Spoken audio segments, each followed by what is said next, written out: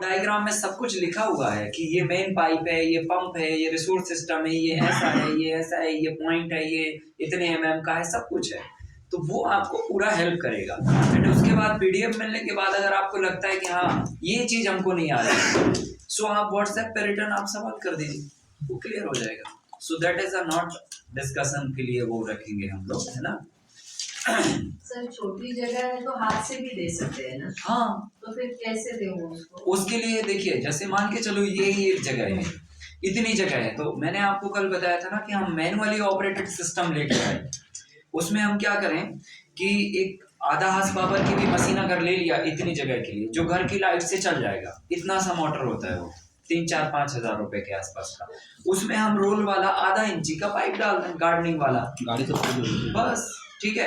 और उससे बस हम आगे जो है ना उंगली लगा के और पानी को स्प्रेड करके दे दें। और या उसमें रेडीमेड हजारा भी आते हैं, आगे लगा लो उसमें, तो वो पानी को ऐसे बिखेर देते हैं, तो वो लगा के दे सकते हैं। सबसे बेस्ट, सबसे सस्ता 5 से 7 हज़ार के अंदर हो जाएगा वो काम। तो अगर इतना मॉडल है तो दिस इज गुड, हमें कोई बहुत ड्रिप और स्प्रिंकलर फिर कुछ करने की जरूरत नहीं है। और उसको हर दिन पानी कैसे, मॉइस्चर देखना है? मॉइस्चर चेक करना है, हर दिन पानी नमी मेंटेन करने के लिए देना। और लीफी वेजिटेबल, क्योंकि उसका रूट ज्यादा होता नहीं लीफी का, नाजुक फसल होती है, शॉर्ट ड्यूरेशन क्रॉप होती है, तो इसलिए उसको डेली बेसिस पे पानी देना होगा, है ना। हाँ, जब लीफी नहीं रहेगी तब फिर वीक में एक बार देना है आपको, है ना, क्योंकि फिर लॉन्ग ड्यूरेशन वाली क्रॉप ही रह जाती है वहां फील्ड में, है कि नहीं है। तो ये है। इतना मॉडल होगा तो ड्रिप की जरूरत नहीं है। ड्रिप की जरूरत नहीं है। स्प्रिंकलर हो गया। हाँ, आप सीधा सिंपल वो, मैं कहता हूँ अगर 2-3 एकड़ का भी मॉडल है और अगर आप रोड वाली सिस्टम से करना चाहते हैं तो भी आप कर सकते हैं। हम लोग उसी से ऑपरेट करते थे पूरा 16 एकड़। अभी हमने 2 साल पहले ये सेटअप करवाया, 3 साल पहले। टाइम बहुत जाता है। हाँ, टाइम जाता है, पर एक विकल्प है आपके पास कि भाई हमारा एक स्टाफ है, ठीक है, उसको कोई काम नहीं है तो बोल दिया भाई 2 घंटे पानी दो रोज, ये टाइप का। तो वो परिस्थिति के हिसाब से हमें अपने आप को डिसाइड करना पड़ेगा, ये बात है। सर ये राउंड पाइप आप जो बोल रहे हो, मतलब वो नॉर्मल फ्लेक्सिबल पाइप जो हाँ, आता है, फ्लेक्सिबल पाइप, गार्डनिंग पाइप भी बोलते हैं उसे। अच्छा। और हम लोग उसको सटक बोलते हैं, सटक मतलब समझा क्या रहा है जो पाइप से हम लोग पानी अभी दे रहे हो। फ्लेक्सिबल पाइप आप लिख सकते हैं, रोल वाला पाइप, है ना। हाँ, तो टेरेस पे ये मॉडल खड़ा कर सकते हैं? टेरेस पे भी कर सकते हैं। हाँ, कितना जमीन? कितना भी, जितना हो आपके नहीं पास। नहीं, थिकनेस कितना लाना? मिट्टी कम से कम 1 सवा फीट होना चाहिए। 100। हाँ, 1 सवा फीट के आसपास।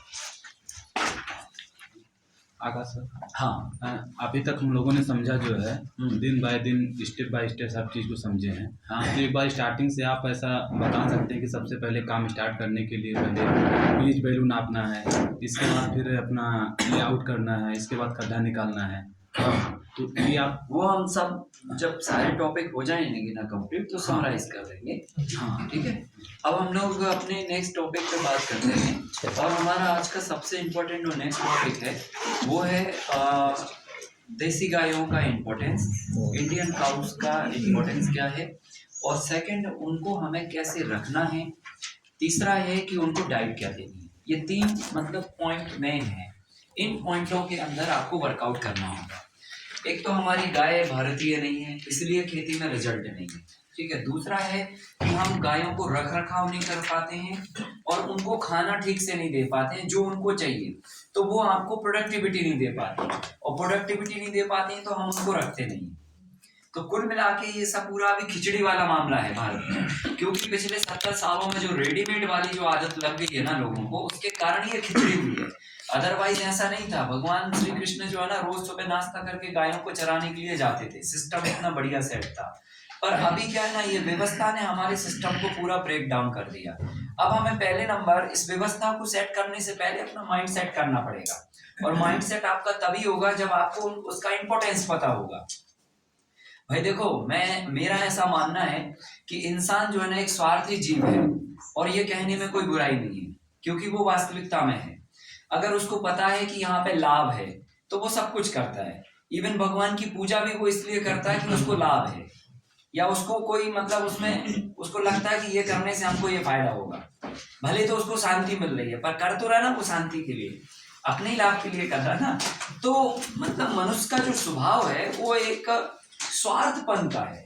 संसार में अगर भगवान की मैन्युफैक्चरिंग में अगर कोई फॉल्ट हुआ है तो वो इंसान की मैन्युफैक्चरिंग में केवल फॉल्ट है। नहीं, ये वास्तविक बात है। आप सोचिए, संसार के एक भी जीव का नाम बता दो जो स्वार्थी हो, बता दो आप।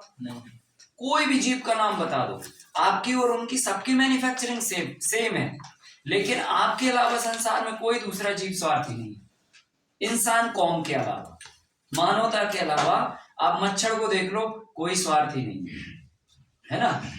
ऐसा नहीं है कि नहीं जी अपने स्वार्थ के लिए आपका खून पिएगा। कोई को भी देख लो आप, किसी भी जीव को, केंचुए को उठा के देखो, कोई स्वार्थ नहीं है उसके अंदर। मधुमक्खी को देखो, कोई स्वार्थ नहीं है उसके अंदर। कोई भी जीव को उठा, बिना स्वार्थ के सारे लोग काम करते। गाय को उठा के देख लो, लट्ठ भी मारते हैं हम लोग तो भी वो दूध देती है, कोई स्वार्थ नहीं है। और नहीं ये लोग स्वार्थी होते ना तो इंसान का जीवन खतरे में लाने के लिए इनको 2 मिनट लगता। सोच के देखो आप, एक बार बारिश गिराने वाले जीव कह दें कि साहब इन्होंने तो इतने पेड़ काट दिए, हमारी कौम को खत्म किया है, काम करते हैं इस साल कोई पानी की बूंद नहीं बनाएगा, हड़ताल कर देते हैं, फिर इंसान को अपने आप समझ में आ जाएगा। केंचुए एक बार सोच लें धरती के जीव की एक बूंद पानी का रिचार्ज नहीं करेंगे, खत्म, जाओ जो करना कर लो, तो आपके बोरवेल में पानी नहीं आएगा, दबाते रहो बटन, करते रहो होल, क्या कर लोगे। तो सिंपल सी बात है कि जे अर्थ पर जितने भी जीव हैं संसार में वो सब निस्वार्थ भाव से अपना काम करते हैं, सिवाय इंसान के। तो इसलिए हमारा ये स्वभाव है कि हमें उसमें लाभ मिलना चाहिए। अब लाभ जब हमें मिलेगा तो हम अपने आप करेंगे। तो हमने भी अध्ययन करके ये समझाने की कोशिश ही नहीं की कि आप निस्वार्थ बनिए, आप स्वार्थी रहिए। अपने आप स्वार्थ के लिए आप सोचिए कि आपको क्या लाभ चाहिए। तो लाभ आपको चाहिए कि आपको मानसिक शांति मिले, आपको एनर्जी मिले, है कि नहीं, आपका दिमाग तंदुरुस्त हो, मस्त हो, स्वस्थ हो, यही आप चाहते हैं, ये आपका स्वार्थ है सबसे बड़ा, ठीक है। और इसके लिए आप पैसे बनाते हैं और पैसे बना के सुख सुविधाएं खोजते हैं ताकि हम सुखी रहें, शांति रहें और हमारा दिमाग अच्छा चले और हम हेल्दी रहें। अब ये बताओ, जब हमें हेल्दी रहना है और अगर हेल्दी रहने का कोई और दूसरा अगर पर्पस आपको मिल जाता तो आप करने लग जाओगे उसको, है कि नहीं है। तो कुल मिला के हमें पहले इंडिजीनियस हमारी जो काऊ है ना उसका इंपॉर्टेंस समझना पड़ेगा कि वो आखिर एक्चुअली में है क्या चीज, उसको क्यों इतने सारे लोग मतलब जो है ना फोकस कर रहे हैं कि नहीं भारतीय नस्ल की गाय होना, उसका विज्ञान हम आपको साथ समझाते हैं। क्योंकि अगर हम फॉर्मूले पे जाएंगे या किसी की कही हुई बात पे जाएंगे या किसी की सुनी हुई बात पे जाएंगे तो फिर शायद हमें भरोसा करने में कई लोगों को तकलीफ हो सकती है। कई लोग कहेंगे नहीं जी वो तो हिंदू धर्म के लोगों ने कहा है इसलिए हम ये धर्म के लोग इसको नहीं मानेंगे, लो साहब खत्म, क्रॉस कर दी बात। फिर कई लोग कहेंगे कि जी नहीं हमें तो कुत्ता पालना अच्छा है, गाय पालना अच्छा नहीं है, हम क्यों आपकी बात सुने। तो मतलब कई तरह की मानसिकता जो है ना हमें रोक सकती है इस काम को स्वीकार करने के लिए। लेकिन अगर विज्ञान आपको पता चल जाए तो फिर कोई नहीं रोकेगा। जैसे आपको पता है सांप का विज्ञान क्या है कि अगर दिख जाए तो सबके हाथ पैर फुला देगा, चाहे प्राइम मिनिस्टर हो और चाहे तो सामान्य व्यक्ति हो, क्योंकि हमें सबको पता है कि उसके अंदर पॉइजन है। ये साइंस है, ये विज्ञान है जो हमें पता है कि उसके अंदर पॉइजन है। और अगर उसने किसी को भी चुभ लिया तो वो ये नहीं सोचेगा कि तुम किस कौम के व्यक्ति हो, उम्र में बड़े हो, छोटे हो, पैसे वाले हो, रेपुटेटेड हो, अनरेपुटेटेड हो, कैसे हो, ये नहीं करेगा ना तय, क्योंकि हमें उसका विज्ञान पता है कि वो किसी को भी काट सकता है। हम हर चीज का विज्ञान हमें पता है। मधुमक्खी का विज्ञान पता है, उसको फूल मिलेंगे वो शहद बनाएगी, है कि नहीं है, क्योंकि उसके पास वो इंटेलेक्चुअल प्रॉपर्टी है, वो विज्ञान है और कोई नहीं कर सकता। मच्छर उसके जैसा होता है, मधुमक्खी के जैसा, लेकिन वो शहद नहीं बना पाता। तो प्रॉपर्टी उसके पास इंटेलेक्चुअल है। संसार में किसी भी जीव के पास इंटेलेक्चुअल प्रॉपर्टी है और उस प्रॉपर्टी के कारण उसका विज्ञान सिद्ध होता है और उसके कारण उसको हम मान्यता देते हैं, ठीक है। अब बात आती है गाय पर, तो गाय के पास भी क्या कुछ इंटेलेक्चुअल प्रॉपर्टी है जिसके कारण हम उसको मान्यता दें या हम उसके विज्ञान को पता करें। तो उसका विज्ञान ये है या उसकी इंटेलेक्चुअल प्रॉपर्टी ये है कि केवल भारत में ही हमारी 36 प्रकार की जो नस्लें हैं इंडिजीनियस, जिनको हम भारतीय नस्ल कहते हैं, उनमें सूर्य केतु नाड़ी ऊपर वाले ने बनाई है। अब इस सूर्य केतु नाड़ी का विज्ञान क्या है, बेसिकली ये गाय के अंदर एक डिवाइस है। जैसे सांप के अंदर एक डिवाइस होती है जो कुछ भी खाए तो पॉइजन रिलीज करती है। सांप का खाना आप खाइए, आप कभी पॉइजन नहीं बना पाएंगे। सोचने वाली बात है। तो फिर मतलब उसके खाने से पॉइजन बना या उसके अंदर इनबिल्ट कोई गुण है जिसके कारण पॉइजन बना? तो उसके अंदर में इनबिल्ट कोई गुण है जिसके कारण पॉइजन बना। आप सांप को, कोबरा सांप को आप दूध पिला के जिंदा रखिए तब भी वो पॉइजन बनाएगा, क्योंकि वो गुण उसके अंदर इनबिल्ट है, वो कुदरती गुण है। वो उससे कोई फर्क नहीं पड़ता कि आप सुबह में नाश्ता क्या करते हैं, दोपहर को क्या खाते हैं, या रात क्या खाते हैं, या साउथ इंडिया में रह के क्या खाते हैं, नॉर्थ में रह के क्या खाते हैं, या विदेश में रह के क्या खाते हैं। ऊपर वाले ने जो आपको इनबिल्ट गुण दिया है वो कुछ भी खाने पे नहीं बदलने वाला। समझ गए ना? तो ये जो इंडिजिनियस गुण है यही इंटेलेक्चुअल प्रॉपर्टी है, यही विज्ञान है, इसी को हम विज्ञान कहते हैं। अब गाय के अंदर जो विज्ञान है वो है सूर्य केतु नाड़ी। आज हम सभी लोग जानते हैं कि आज हमने सोलर पैनल डिवाइस का आविष्कार किया। ये हमारी आविष्कार डिवाइस है, और इस डिवाइस का विज्ञान क्या है कि सूरज के सामने हम उसको रखते हैं तो सूरज की एनर्जी करंट में डाइवर्ट हो जाती है। ये इसका विज्ञान है। तो ये विज्ञान तो ऊपर वाले ने ऑलरेडी गाय के अंदर दे रखा है। हाँ, ये बात अलग है कि उससे बल्ब नहीं जलता है ना, लेकिन दिमाग का बल्ब तो जलता है। अल्टीमेटली करंट तो है ही उसके अंदर। तो वो डिवाइस का जो फंक्शन है वो ये है कि वो सूरज की एनर्जी को कलेक्ट करती है। और ये संसार में 84 लाख जीवों में से केवल गाय को ही प्राप्त है ये विद्या या गुण। ये क्या, अभी तुम गाय को इधर बिठा दो छाया में, तब भी ये सनलाइट को कैरी कर लेगी, है ना। अब सनलाइट को जब वो कैरी करेगी तो क्या है, वो एक डिवाइस है जो करंट को कलेक्ट कर रही है, एनर्जी को कलेक्ट कर रही है।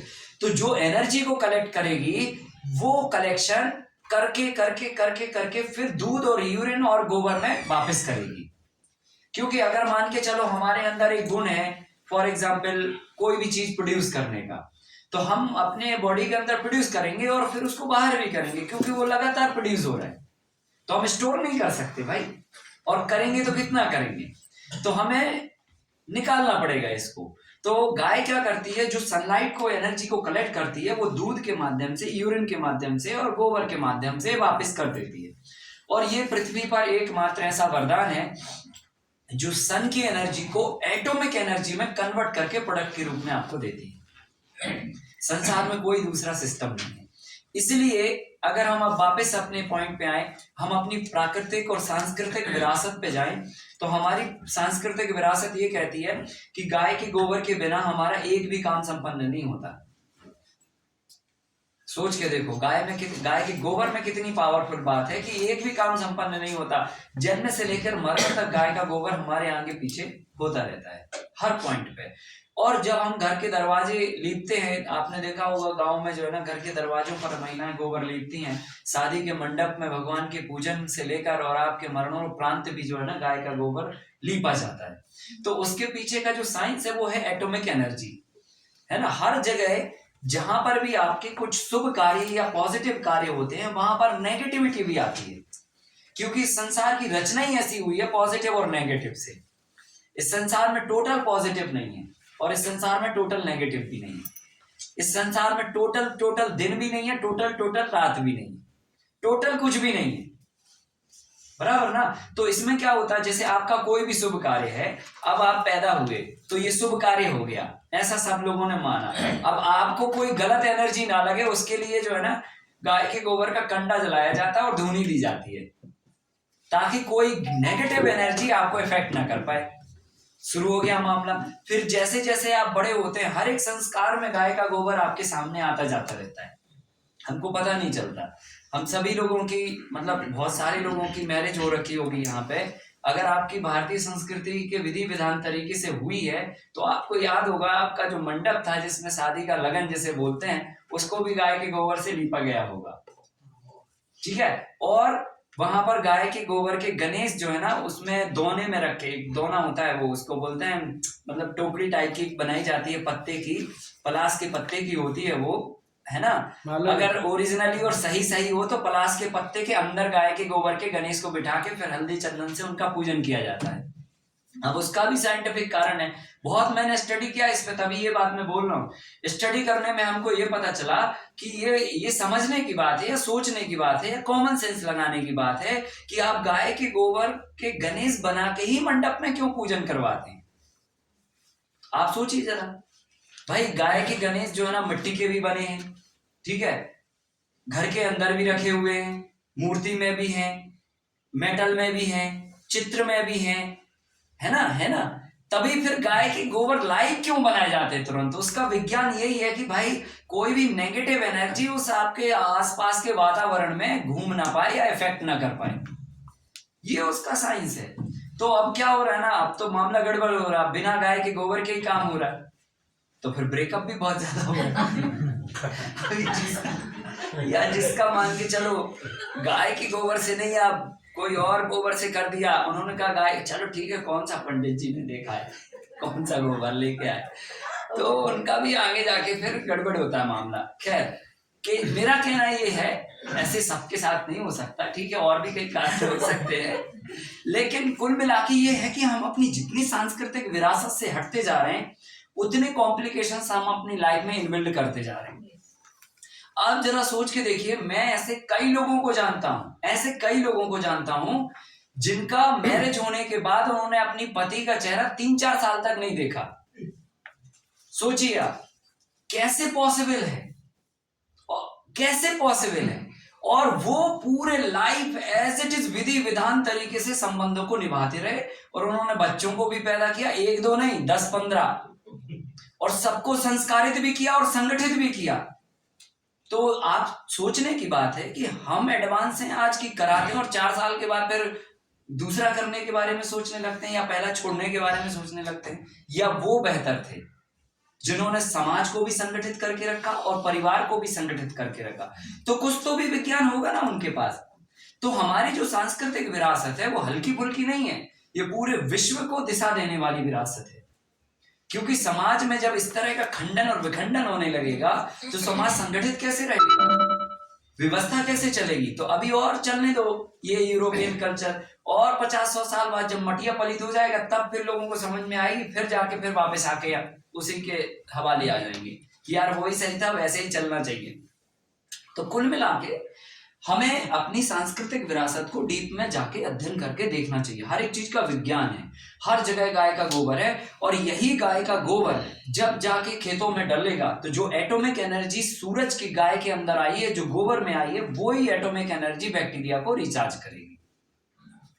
तो ये पूरा विज्ञान है, ऐसा नहीं है मतलब कि कोई हवाई बात है। अब उसकी गुत्थी अब हमें समझ में आने लगी है, लोग हर जगह कहते हैं ना देसी गाय का गोबर ही यूज करो। अब भारत के प्रधानमंत्री भी कह रहे हैं कि प्राकृतिक खेती करो और देसी गाय का गोबर यूज करो। अब ये बात अगर कोई 20 साल से कह रहा है ना तो नहीं आ रही बात लोगों को समझ में, अब समझ में धीरे धीरे आती जा रही है। तो अब हर कोई उस पे आ रहा है। 70 साल पहले ये कहते थे ना कि प्राकृतिक खेती और गोबर की खेती और ये जैविक खेती में भूखे मर जाएंगे लोग, और जब उस समय 60-65 करोड़ लोग, 50 करोड़ लोग थे, अब 150 करोड़ लोग हो गए तो वो बात कह रहे हैं। सोचो सोचने की बात है ना भाई। अब चिंता नहीं है आपको कि अब तो 150 करोड़ हो गए, मतलब अब तो और हाईटेक केमिकल लाना चाहिए। तो अब क्यों गाय गोबर की बात कर रहे हो? क्योंकि अब समझ में आ गया है। हर चीज का वक्त होता है, बात है समझदारी की और समझने की। आपको अपनी समझदारी से कौन सी बात कब समय पे समझ में आती है। कई लोगों को बचपन में आ जाती है, कई लोगों को थोड़ी उम्र में आती है, कई लोगों को उम्र होने के बाद आती है, और कई लोगों को उम्र खत्म होने तक भी नहीं आती।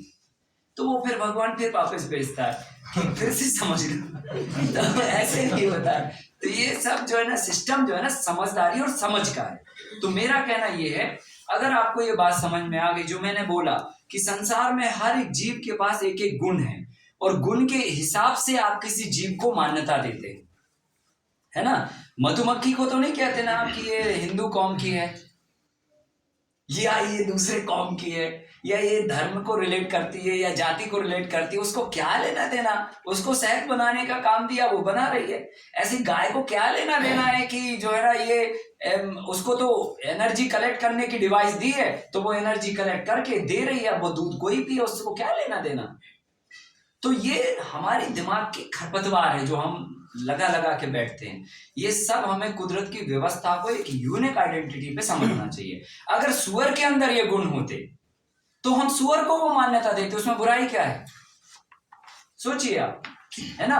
हम साइंस पे बात कर रहे हैं भाई, और साइंस ये कहता है कि उसके अंदर गुण है, साइंस ये कहता है कि आपके अंदर गुण है, इसलिए तो आपकी मान्यता है। आप एक प्रोफेसर हैं या आप एक साइंटिस्ट हैं या आप एक पायलट हैं, आपके अंदर वो गुण है, इसलिए तो आपको मान्यता मिली वो। तो गाय को मान्यता देने में बुराई क्या है जब उसके ऊपर सूर्य केतु नाड़ी है तो। और ये साइंटिफिक प्रूफ हो चुका। ब्राजील जो है ना, हम लोग अपनी गायों पर रिसर्च नहीं कर रहे, भारत से कई गुना ज्यादा विदेशों में हमारी भारतीय नस्ल पर रिसर्च हो रही है, और ये लोग रिसर्च कर करके पेटेंट पे पेटेंट होके जा रहे हैं, और अभी हम कंट्रोवर्सी में ही फंसे हुए हैं। हम ये तय कर रहे हैं कि ये कौम के लोगों को करना चाहिए या नहीं करना चाहिए।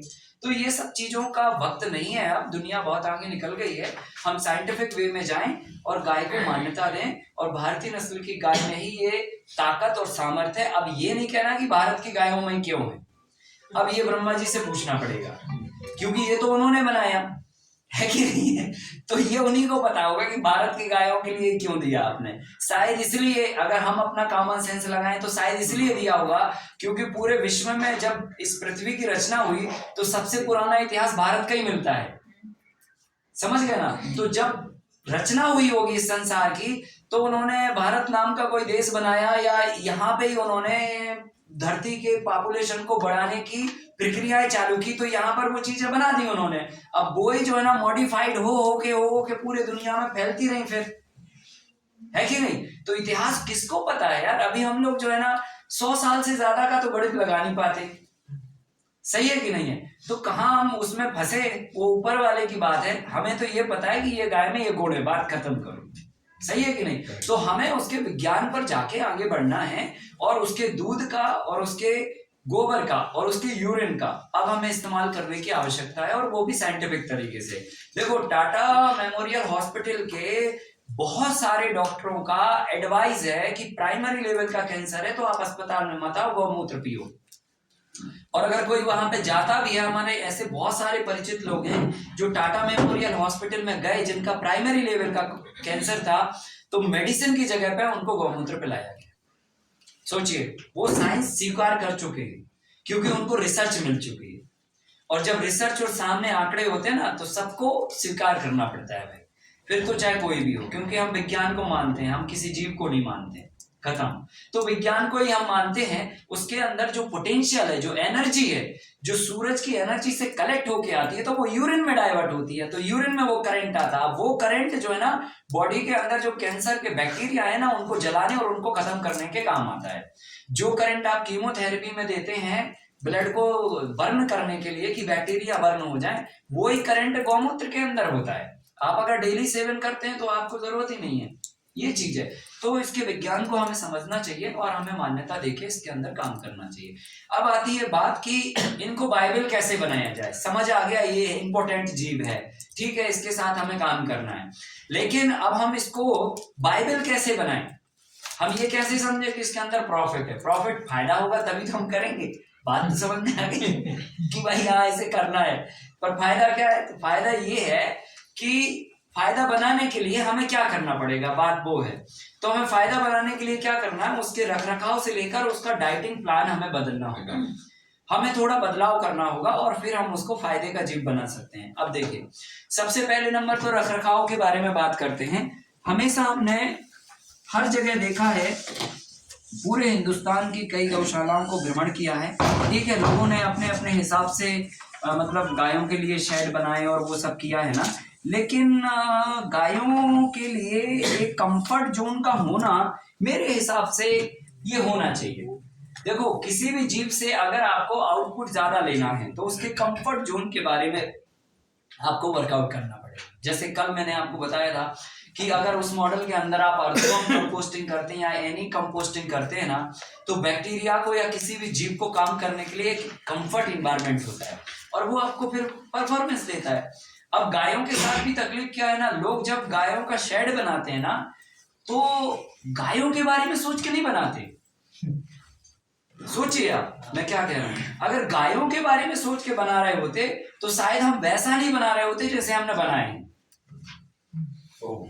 समझ रहा ना। एक मैं बहुत बड़ी बात बोलता हूं, संसार में हमेशा याद रखो, आप जिसके लिए काम कर रहे हो ना, जिसके लिए भी काम कर रहे हो, उसके बारे में सोच के काम करो, तो दोनों लोग सुखी रहोगे, आप भी और वो भी। और अगर हमने जिसके लिए काम किया उसके बारे में सोच के काम नहीं किया तो दोनों लोग दुखी रहेंगे। और मानव की पीड़ा का सबसे बड़ा कारण वर्तमान में यही है।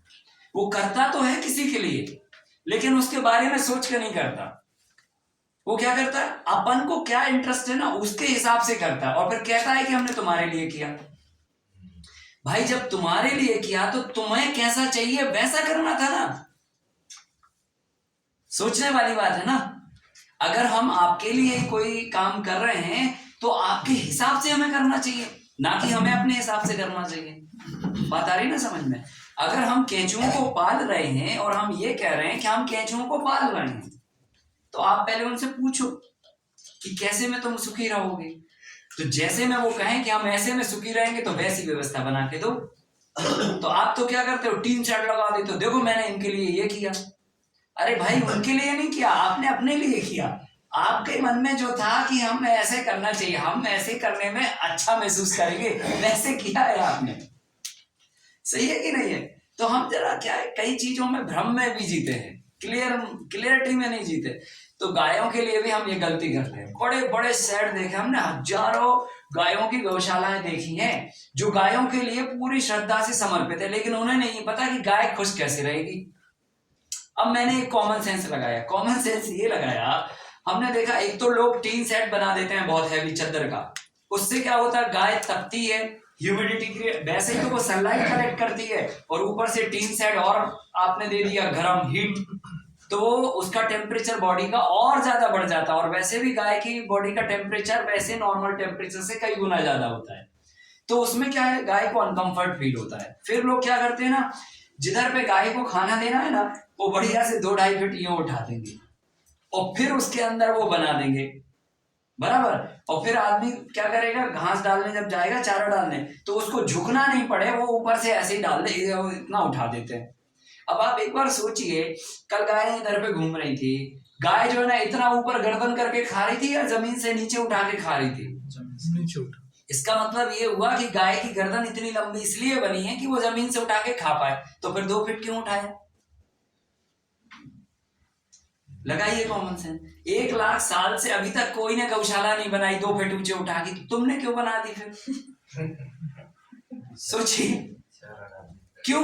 अपना दिमाग लगा दिया और आपको अच्छा लग रहा। देखो कोई भी आके ये कहे कि हाँ आपने अच्छा काम किया, बस बात खत्म। इससे ज्यादा हमको कुछ नहीं चाहिए। गाय वाय से नहीं पूछ रहा कि तुमको कैसा ठीक लग रहा है।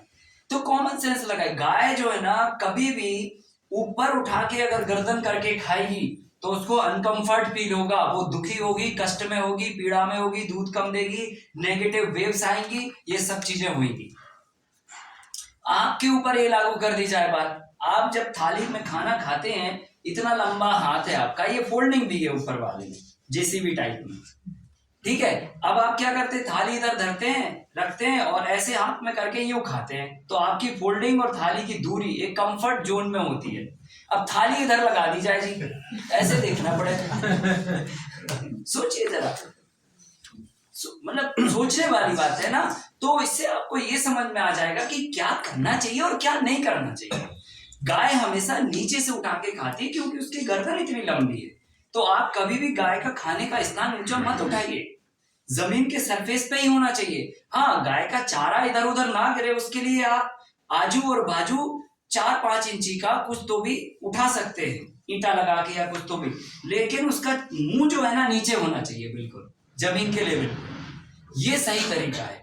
दूसरा, कभी भी गाय को कच्चा पक्का फर्श मत बनाए। सीमेंट कंक्रीट लोग कर देते हैं। अब लोग कहेंगे जी वो फिर हमें गोबर उठाना और गौमूत्र उठाना, तो उसका विकल्प निकालो। बीच का रास्ता हमेशा ऊपर वाला बना के रखता है। ऐसे नहीं है कि एक ही रास्ता है ना, एक ही रास्ता कभी नहीं होता, दूसरा तीसरा भी होता है, पर हम दूसरे तीसरे पे कभी जाते नहीं। तो दूसरा रास्ता ये है कि हमारा गोबर भी मिल जाए, यूरिन भी मिल जाए और गाय भी सुखी रहे। तो उसका एक ड्राइंग बनाया हमने। इस पे बनाने में हमें बहुत समय लगेगा, मैं डिजिटल रूप से आपको दे दूंगा। और वो भारत की ऐसी पूरा आधुनिक तरीके से गौशाला का ड्राइंग है। आप वो बनाएंगे तो गाय भी सुखी रहेगी, आप भी सुखी रहेंगे और बाकी सबको भी अच्छा रहेगा, है ना। देसी इन्वायरमेंट और गाय सुखी कैसे रह सकती है उसका पूरा ड्राइंग बनाया है कि गौशाला ऐसे होना चाहिए। तो उसमें हमने क्या किया है कि सबसे पहले नंबर, जहां पर आप गाय बांधेंगे वहां से लगभग 5 फीट का एरिया आप कच्चा रखेंगे और उसको जमीन के सरफेस को आधा फीट खोद देंगे। और उस खोदे हुए पार्ट में आप क्या करेंगे, राइस का हस्क, बारीक वाली डस्ट राइस का, चावल का जो भूसी होता है ना वो, और रेत सैंड मिला देंगे और उसको भर देंगे आधा फीट। तो अब गाय यहाँ पे बंधी है तो यहाँ पे यूं इतना लंबा खड़ी है वो, तो इस जगह में उसके पैर जो है ना रेत और उस हस्क में पड़ेंगे, तो उसको बढ़िया मिट्टी जैसी फीलिंग हरदम आती रहेगी। ठीक है। एंड फिर अगर वो यूरिन करेगी तो इसमें जाएगा यूरिन और वो तुरंत जो है ना ड्राई हो जाएगा, क्योंकि रेत है, सैंड है और हस्क है, तो हस्क जो है ना उसको सिक कर लेगी, तो वहां पे कीचड़ कभी नहीं होएगा, दिन रात मूर्ति रहेगी तो भी नहीं होएगा। ठीक है। और दूसरा फायदा ये होगा कि जब ज्यादा यूरिन हो जाएगा तो मॉइस्चर उसका इवापोरेट हो जाएगा, लेकिन उसके अंदर यूरिन के अंदर जो गुण है वो हस्क में और सैंड के ऊपर चिपक के रह जाएंगे, है ना, पानी बस इवापोरेट होगा। अब हमें वो 3 साल 2 साल 2.5 साल में उठा के खेत में डाल देना चाहिए, तो वो आपका नेचुरल पावरफुल फर्टिलाइजर हो गया, एक नंबर। क्या करने का सर? और फिर वापस आप फिर रिफिल कर दो सैंड, और वो खाली उतना ही पार्ट करना है जिधर पे गाय बंधी है वहां से 5 फीट का एरिया आपको कच्चा करना है। आधा फीट जमीन का खोद के उसमें सैंड भर दो और आधा हस्क भर दो, है ना, 40% हस्क और 60% सैंड मिक्स करके बढ़िया मिक्सचर बना के और भर दीजिए। और इससे क्या होगा ना, गाय को गद्दा फील होगा। जब गाय बैठेगी ना तो हस्क और रेत जो है ना बढ़िया कंप्रेस होंगे बढ़िया आपस में, तो उसको बहुत मजा आएगा, है ना। तो आर्टिफिशियल गद्दा डालने की कोई जरूरत नहीं है, और वो यूरिन भी कर लेगी तो भी उसको कोई फर्क नहीं पड़ रहा, क्योंकि वो तुरंत चला जाएगा नीचे, तो कीचड़ होने वाला नहीं रहा। सैंड मतलब मट्टी ना? नहीं सैंड मींस रेत, बालू बालू। रेत कौन सी क्वालिटी की, मतलब बारीक वाली चाहिए ना? ये प्लास्टर वाली, प्लास्टर वाली बारीक, ठीक है। गोल वाली, गोल बारीक वाली। हाँ मतलब ये प्लास्टर वाली दीवार पे जो प्लास्टर होता है। सर 1 फीट डालना है? नहीं, half feet, only half feet. Half feet मतलब इतना 6 इंच। सर फिर से बताओ ना। दोनों 50-50 40-60 60 सैंड 40 हस्क। सर हाँ। आजकल मिलती नहीं ना बालू, तो नहीं मिल जाती है, मिलती है मिलेगी। सर वापस बताओ। नहीं मिले बोलना, हम भिजवा देंगे, बात खत्म। मिलती है सब। हाँ मिलती है, ट्राई करना। अगर कोई विकल्प ना बचे तो लास्ट में हम आपके पास हैं, आप चिंता मत करो, हम रेत भी दिलवाएंगे, हस्क भी दिलवाएंगे, सब दिलवाएंगे। अब देखिए क्या है सर फिर से बताओ ना। वो पीडीएफ में मिलेगा आपको, आप खाली ध्यान से समझिए, है ना। फिर डायग्राम में आपको सब कुछ मिल जाएगा, डिस्टेंस मिलेगा, डेप्थ मिलेगा, किधर गाय बंधेगी, वो पूरा डायग्राम मिलेगा, पूरा लेआउट है, एक नंबर का लेआउट है। तो वो आपको बहुत हेल्प करे। ड्राइंग है वो बेसिकली पूरी ड्राइंग, ठीक है। अगर कोई से बनवाएंगे ना तो वो हजारों रुपए ले लेगा आपसे, और वैसे बना नहीं पाएगा, क्योंकि आप जैसा बोलेंगे वैसे ही बनेगी। ये ड्राइंग पूरा रिसर्च और मतलब पूरा 15 सालों का निचोड़ है आपके लिए, तो वो आपको हम दे देंगे। अभी पहले ध्यान से सुनिए। अभी देखिए क्या करना है, ये करके फिर हमें 5 फीट के बाद 3 फीट हमें कंक्रीट कर देना है पीछे का हिस्सा, और कंक्रीट करने के बाद कंक्रीट का जो स्लोप है ना वो 3 इंच के आसपास रख दीजिए आप, बराबर ना। और फिर उसके बाद एक नाली दे दीजिए आप, उस नाली में आप चाहें तो पाइप लगा दीजिए, आधा पाइप काट के यू शेप का, या तो नाली का ही शेप ऐसे यू बना दीजिए और उसको ओपन रखिए, ठीक है कि नहीं। तो अब हमें क्या करना है, जब गाय बैठेगी, फॉर एग्जाम्पल अगर वो डिसिप्लिन में बैठ गई, ठीक है, तो फिर यूरिन उस पे ही करेगी, फर्श पे, बराबर। और अगर इधर उधर खड़ी हो गई तो भी नुकसान नहीं है, दोनों तरीके से फायदा है, क्योंकि कीचड़ में तो जा नहीं रहा। हमारा काम तो मतलब ये रेत में कर दिया तो ठीक है साहब, बाद में काम आएगा। और अगर उसने तुरंत सीमेंट कंक्रीट पे कर दिया तो ठीक है, हमारे पास तुरंत काम आएगा, तो मतलब लॉस नहीं है किसी भी कंडीशन में, ठीक है। तो यूरिन और गोबर जो है ना वो फर्श पे करेगी। अच्छा, फर्श और जो आपका कच्चा पार्ट होगा उसका जो लेवल है वो एक जैसा नहीं होना चाहिए। सीमेंट का लेवल जो है ना ये वाले लेवल से थोड़ा नीचे होना चाहिए। इससे ये होगा कि बाय द वे कभी गाय ने थोड़ा और पीछे करके बैठ गई और ये लेवल एक जैसा रहा, या सीमेंट का थोड़ा ऊंचा रहा, तो गाय को चोट लगेगी, ठीक है। तो इसको हमने क्या किया, थोड़ा नीचे कर दिया। अभी गाय अगर आधा फीट भी इधर निकल गई तो उसका पीछे का हिस्सा आराम से नीचे बैठ जाएगा और चोट नहीं लगेगी उसको, मतलब उसमें है ना, क्रैक में। तो ये आपको बेसिक करना, और ये पूरा डायग्राम में है, चिंता करने की जरूरत नहीं। कुल मिला के मेरा कहना ये है कि गाय के कंफर्ट जोन के बारे में सोचना आपके लिए बहुत जरूरी है, तभी गाय सुखी रहेगी। अब हम पक्का सीमेंट का फर्श कर देते हैं, अपनी सुविधा अनुसार कर देते हैं कि जी सफाई करने में हमें आसानी होगी, हम जो है ना पाइप चला के इसको धो देंगे। लेकिन गाय को क्या तकलीफ होती है, गाय जैसे ही पैर रखती है और गोबर पड़ा है अगर, और यूरिन पड़ा है और चिकना हो गया और गाय का पैर फिसल गया, तो समझो कि गाय के दिमाग में ये मैसेज चला गया कि अब हमें इधर पे पैर रखने से गिरते हैं। गाय जो है ना बहुत सेंसिटिव जानवर है, आपसे कई गुना सेंसिटिविटी है उसके अंदर, और आपकी ये सेंसिटिविटी है कि इधर से जाते समय अगर रास्ते में एक पत्थर भी आपको लग जाए ना, और दोबारा 5 साल बाद भी अगर जाओगे तो वो पत्थर याद आ जाएगा आपको कि इधर पे एक पत्थर था या लग गया था हमें। ऐसे आपके साथ अक्सर होता होगा। कई सड़कों पे आप जब जाते हैं ना, ट्रैवल करते हैं, और एक बार गड्ढे में गाड़ी गिर गई ना, तो वो सड़क पे जब भी जाएंगे ना, अभ्यास 2 किलोमीटर पहले ही वो गड्ढा याद आ जाएगा। उसका अभ्यास हो जाता है। है कि नहीं है? तो ये क्या जो दिमाग है ना, ये दिमाग ऐसे ही है, ऐसे गायों का दिमाग आपसे ज्यादा एडवांस है। एक बार अगर वो फिसल गई तो उनके दिमाग में ये आ जाता है कि इधर पे फिसलते भी हैं, और हरदम गाय को मुड़ने में, चलने में ये महसूस होगा कि हम फिसल ना जाए। और जब हरदम ये सोचेगी गाय, स्ट्रेस पैदा होगा। लगातार जब आप कोई बात हर बार सोचते हैं एक ही बात को, स्ट्रेस जमा होता है, और स्ट्रेस जमा हुआ ना तो वो मिल्क पे इफेक्ट डालेगी, नेगेटिव मिल्क निकलेगा, डाइजेस्ट नहीं होगा, ताकतवर नहीं होगा, बहुत सारी चीजें आएंगी, तो आपकी बॉडी के अंदर भी स्ट्रेस पहले से ही आ जाएगा। तो इसलिए इन सब चीजों का विशेष ध्यान करें और ऐसे करके बनाएं ताकि गाय सुखी रहे। गाय सुखी रहेगी, वो दूध देगी ना, तो आप भी सुखी रहेंगे उससे 2 गुना, ठीक है? क्योंकि पॉजिटिव एनर्जी हमेशा ब्लेस करती है और नेगेटिव एनर्जी आपको परेशान करती है, ठीक है?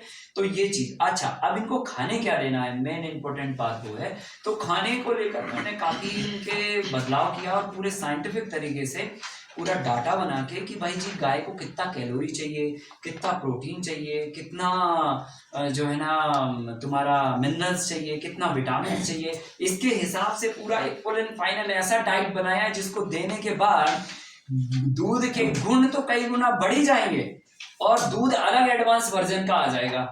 तो उसके लिए आप डाइट चाहे तो लिख सकते हैं। इसमें 5 तरह के हम अनाजों के ग्रेन्स देते हैं,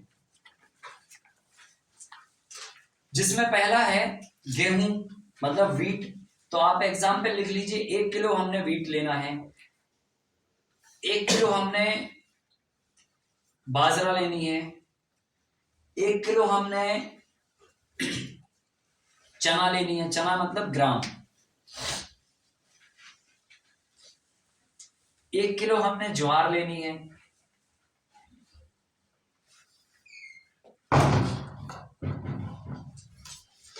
कितना हो गया?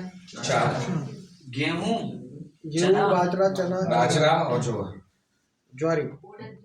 नहीं उड़द नहीं है इसमें। गेहूं, चना, ज्वार, बाजरा, मक्का था, वो भी 1 kg। 1 kg सबको इक्वल क्वांटिटी में लेके और सबको पिक्चर बना लो आप पहले, मतलब सब अनाजों को मिला लो और मिलाने के बाद इनके पैलेट बना लो। पैलेट मतलब दलिया बना दो इनका। दलिया बोले तो छोटे छोटे टुकड़े। ये आपला भरडा, लापसीचा भरडा असतो ना मिक्सर तसा. मिक्स करो। भरडा. तो छोटे छोटे पैलेट बना के 1/2 kg ये मिक्सचर का दलिया सुबह में और 1/2 kg मिक्सचर का दलिया शाम को आप दे दीजिए। गाय को complete protein, fat, minerals, vitamin इससे मिल जाएगा। कच्चा लेना है या नहीं, कच्चा नहीं, बॉयल करके। कच्चा नहीं, कच्चा 1 दिन खाएगी, 2 दिन खाएगी, तीसरे दिन उसका डाइजेशन खराब हो जाएगा, है ना।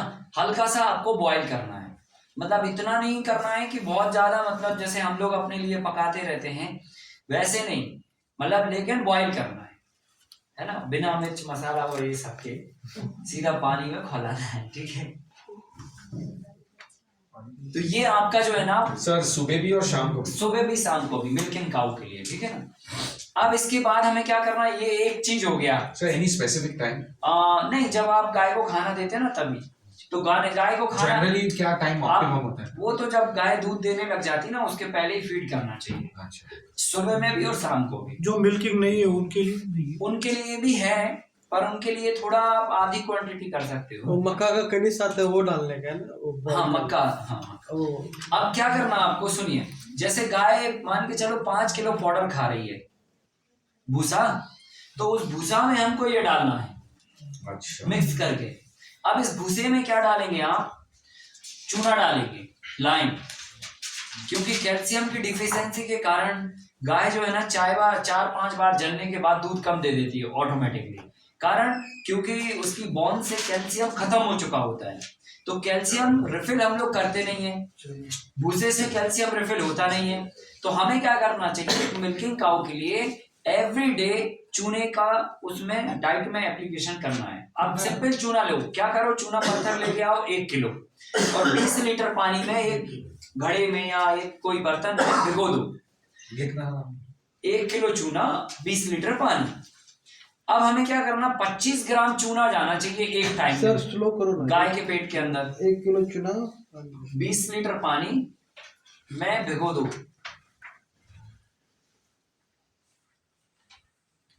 कितना टाइम रखना है ये चुना गोल गोल करके ठंडा उसका ठंडा? घोल दिया, फिर रखने की जरूरत नहीं है, तुरंत भी यूज कर सकते हैं।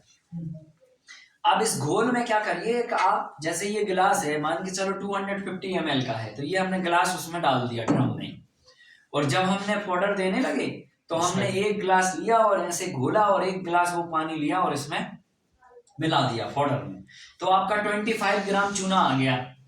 20 लीटर? हाँ, नहीं 20 लीटर में से 250 ml रोज लेना है सुबह शाम, वो भूसा में डालना है। भूसा में डालना है। तो इससे क्या होगा ना, 25 ग्राम चूना आ जाएगा भूसे के अंदर, क्योंकि 25 ग्राम आप तौलोगे नहीं ना डेली, कहाँ तौलोगे, है ना, वेट लेके तराजू लेके वो सुनार वाला 25 ग्राम हो गया, है ना, तो बहुत कठिन है। 10 गाय है तो सबको 25-25 ग्राम तौल रहे, तो 1 घंटे तौलने का लग वो गया। एक गिलास डालना है ना। हाँ, तो कठिन काम है। तो सरल बनाने के लिए एक ड्रम में घोला, उसमें गिलास डाल दिया, फट्टे से हमने 1 गिलास लिया, डाल दिया, हो गया 25 ग्राम। समझ गया ना? आप 2 किलो घोल के 40 लीटर पानी भी बना सकते हो, है ना? तो ये हिसाब किताब है। अब इसके बाद आपको क्या करना, तीसरी चीज, इसको एजोला ग्रास देनी है। सर ये भूसा कितना किलो? भूसा गाय जितना खाए, एक अपना क्वांटिटी थोड़ा सा वो गाय के पेट के ऊपर निर्भर करेगा। भाई कोई ज्यादा डाइट पे है गाय, कोई कम डाइट पे है, तो वो आपको समझ में आ जाएगा। ये तो आपको इक्वल मिलाना है, कोई गाय ज्यादा खाए 100 और कम खाए 100, जितना ये फॉर्डर में मिलाना है। वजन के हिसाब से बस ये फॉर्डर में मिलाना है। लेकिन पाउडर में 5 किलो तो मिलाना ही है। कितने दिनों में देना? ये रोज लेना, रोज लेना है। रोज डाइट में शामिल है। आपका जो किचन फार्म है ना, फार्म किचन, वही के अंदर ये चीज भी रहेगा। एक तरफ गायों का भाई 4-5 ड्रम रहेंगे, एक में गुड़ रखा रहेगा, एक में चूना रखा रहेगा, एक में जी 2-3 चीजें और बताते हैं, वो सब पाउडर रखा रहेगा। आपको गए, आप फटाफट यूं निकाला, बस हो गया। ऐसे एक क्वांटिटी फिक्स कर लिया, 10 गायों का मिक्सचर एक साथ बनाना है, तो जी ये 1 लीटर लेना, ये 2 किलो लेना, ये 1 किलो लेना, और बस निकाला, फटाफट मिक्सचर बनाया, दे दिया, काम इजी हो जाएगा। रोज रोज नहीं है आपको ढूंढना है कि चूना ढूंढने जा रहे हैं, फिर ये कर रहे हैं, फिर वो कठिन हो जाएगा। तो जो अनाज की मात्रा देना है, हाँ, ये उसके दूध के ऊपर भी कोई गाय नहीं, हम दूध के ऊपर ये मात्रा क्यों दें? हम ये मात्रा के ऊपर दूध निकाले ना। हम हमेशा गलत सोचते हैं, समझ ना। हम सोचते हैं गाय अच्छा आधा लीटर दूध दे रही है, इसको इतना खिलाना चाहिए। आपने ये क्यों नहीं सोचा कि इतना खिलाएं तो ये 1 लीटर दे दे? नहीं सर, जैसे मान लीजिए देसी गाय है तो कम करेगा, गिर गाय रख रहे हैं, हाँ, तो उसका मतलब कोई भी गाय हो, आप किसी के साथ भेदभाव मत करें। आप जो है ना एक सबसे डाइट दे उसको, ठीक है? हाँ, मतलब जो ड्राई काऊ है, जो दूध नहीं दे रही है, उसके साथ थोड़ा कर सकते हो कि भाई दूध दोगे तो हम तुम्हें देंगे, और अभी आधा तो ले ही लोगे ना, तो उसको हाफ कर सकते हो। क्योंकि देखो, गाय की हेल्थ अच्छी रहेगी, आप समझिए, फीड अच्छा रहेगा, तो प्रेगनेंसी जब होएगी तो अच्छा बच्चा निकलेगा ना। तो वो काम तो आपके आएंगे। ऐसे क्यों हम सोचते हैं कि जी जब दूध दे देगी तभी, है ना। अब कोई मतलब है ना, अब ऐसे ह्यूमन में भी या ऐसे अन्य जीवों के साथ हम करने लगे कि जब नहीं तुम बच्चा दोगे तभी हम तुमको देंगे खाना अच्छा, नहीं तो नहीं देंगे। हेल्दी माता पिता रहे तो बस तो हमें क्या करना, एक डाइट, हाँ आधा कर दो, अगर कोई बिल्कुल बच्चा है तो उसका भी आधा कर दो, हाँ। और दो पूरा उसको, ठीक है। सर ये दूध निकालने से पहले देने का क्या हाँ, दूध अच्छा जब आप खाना देते हो ना वही टाइम पे देना है। अब वो आप कब खाना देते हो आपको पता है, आपकी गायों को क्या आदत लगी है, ये भी लेकिन बात है। आइडियली क्या देना चाहिए हमको तो पता ही नहीं। हाँ पर क्या देना चाहिए वही तो हम लिखा रहे हैं। नहीं, क्या टाइम पे दें? मिल्किंग के जस्ट पहले देना चाहिए, मिल्किंग के जस्ट दूध निकालने से पहले। हाँ मॉर्निंग में भी दो और इवनिंग में भी दो, और दिन भर गायों को ओपन ग्रेज रहना चाहिए। खाना 2 टाइम देना, बाकी पूरा दिन अपनी मर्जी से जो जितना खाना जो खाना खाते रहो, घूमते रहो, ऐसे होना चाहिए। तो अब हमें क्या करना, और मिल्किंग के जस्ट पहले दे दो, है ना, कि अब हम दूध निकालने के लिए जा रहे हैं, उसके जस्ट पहले हमने 15 मिनट 10 मिनट पहले रख दिया खाने के लिए, ऐसे। अब हमने 2 चीजें मिला दी, एक तो फॉडर मिला दिया अपना बनाया हुआ फीड, दूसरा हमने क्या मिलाया, लाइम, तीसरा हमें मिलाना एजोला ग्रास। ये हाईली प्रोटीन ग्रास होती है, ये मिलाने से जो गायों को लोग यूरिया देते हैं, हमने देखा बहुत सारी फीड में यूरिया आता है, हाँ और वो यूरिया से फिर क्या होता है ना, मिल्क बढ़ जाता है, नाइट्रोजन जाती है ना बॉडी के अंदर, तो नाइट्रोजन जो है ना ये दूध को, मिल्क को वो करती है। तो हमें क्या करना है, उसका विकल्प चाहिए नेचुरल। तो हमने एजोला ग्रास तय किया। एजोला ग्रास एक ऐसी घास है जो गायों के अंदर मतलब प्रोटीन्स को इम्प्रूव करती है। तो वो एक तरह से एक नेचुरली अच्छा डाइट है, फीड है वो बेसिकली, उसके अंदर कोई ऐसा हार्मोन्स नहीं है कि कोई तो भी गड़बड़ हुए, नेचुरल तरीके से वो बात करेगी, ठीक है। तो हमें एजोला ग्रास 250 ग्राम एवरी डे सुबह और शाम को देना है, मतलब 250 ग्राम सुबह एंड 250 ग्राम मॉर्निंग में। उसी भूसे में मिला देंगे सर। हाँ भूसे में, पाउडर में मिलाते जाइए। ये तीनों चीज मिला देना ना, दलिया भी और हाँ तीनों उसी में, अभी और चौथा मिलाना है। अब इसमें आप मिलाएंगे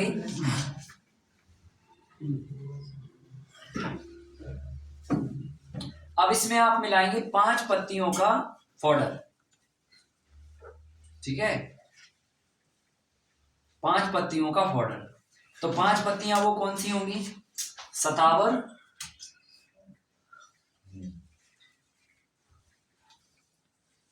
अश्वगंधा,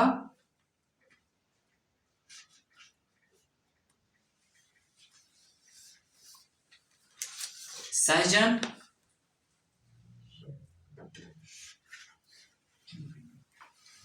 तुलसी,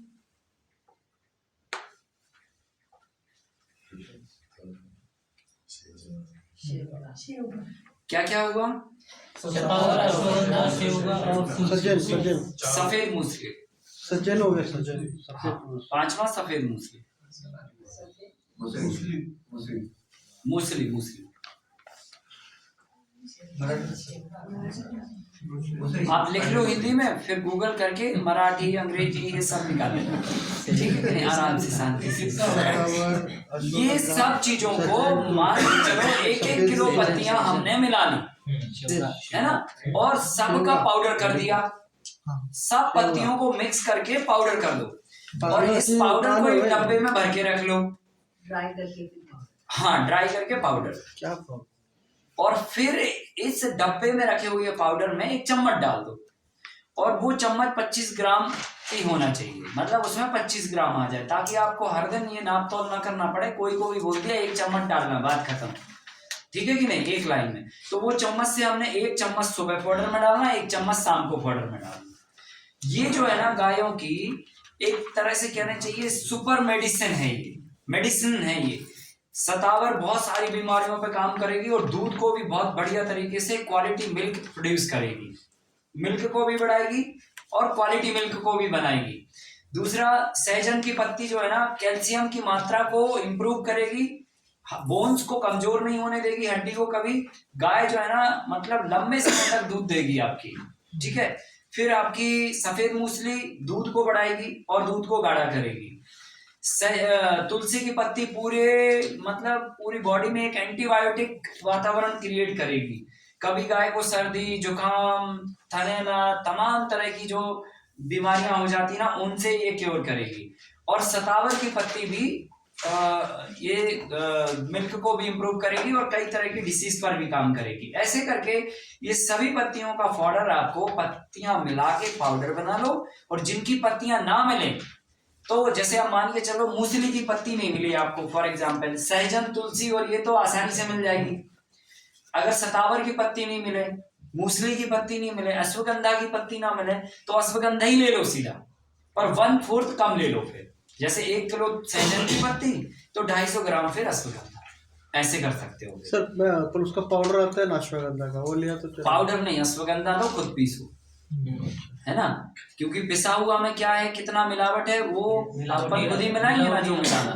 हाँ, वो अश्वगंधा लेना चाहिए क्योंकि इसमें पत्ती लेनी है रूट लेना है? नहीं, सबका लेना पत्ती है, लेकिन जिनका पत्ती ना मिले उसका वो मटेरियल ले सकते हैं 1/4 कम। मतलब जैसे 1 किलो सहजन की पत्ती मिल गई लेकिन अश्वगंधा नहीं मिला, उसकी पत्ती नहीं मिली, तो अश्वगंधा पंसारी की दुकान से 250 ग्राम 1 किलो में मिलाना, फिर रेशो ये हो जाएगा। ऐसा तो कब कहाँ मिलेगा ये रूट्स वगैरह? मिल जाती है आसानी से, ये सब पंसारी की दुकान पे पंसारी की दुकान पे मिल जाती है, मिल जाती है आसानी से। और नहीं तो नीमच एक बहुत बड़ी मंडी है हमारे भारत में, नहीं तो खुद लगा मध्य प्रदेश में, वहां पर सभी तरह की ये मेडिसिन की सब चीजें मिलती है वहां पर। नाम क्या उसका? नीमच में मंडी है, मेडिसिनल हर्ब्स का मंडी है। वहां पर सारे देश दुनिया के किसान बेचने और खरीदने के लिए आते हैं वहां पर। नीमच रतलाम के पास में है, इंदौर से आगे। ठीक है ना, क्लियर हो गया।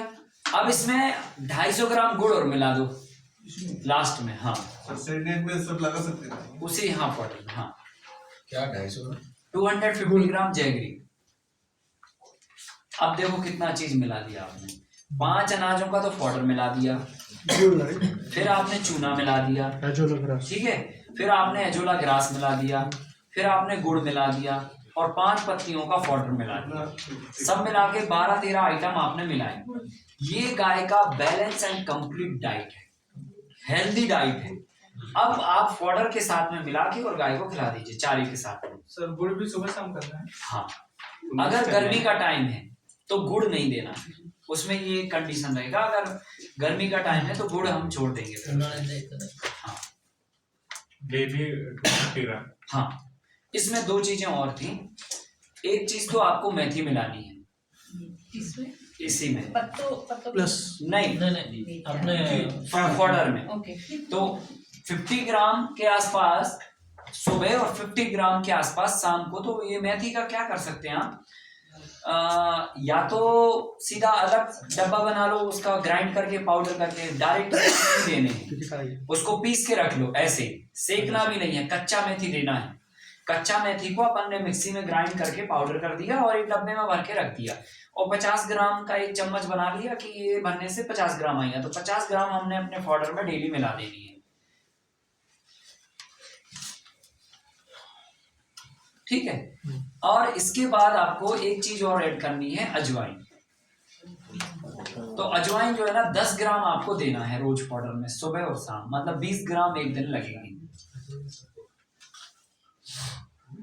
तो ऐसे दे सकते हैं, ऐसे भी दे सकते, पर पाउडर में ही मिलाइए, वो ज्यादा बेटर है। पाउडर मिला के पाउडर में मिलाने से क्या होता है ना, पूरी डाइट में वो सारे गुण हैं।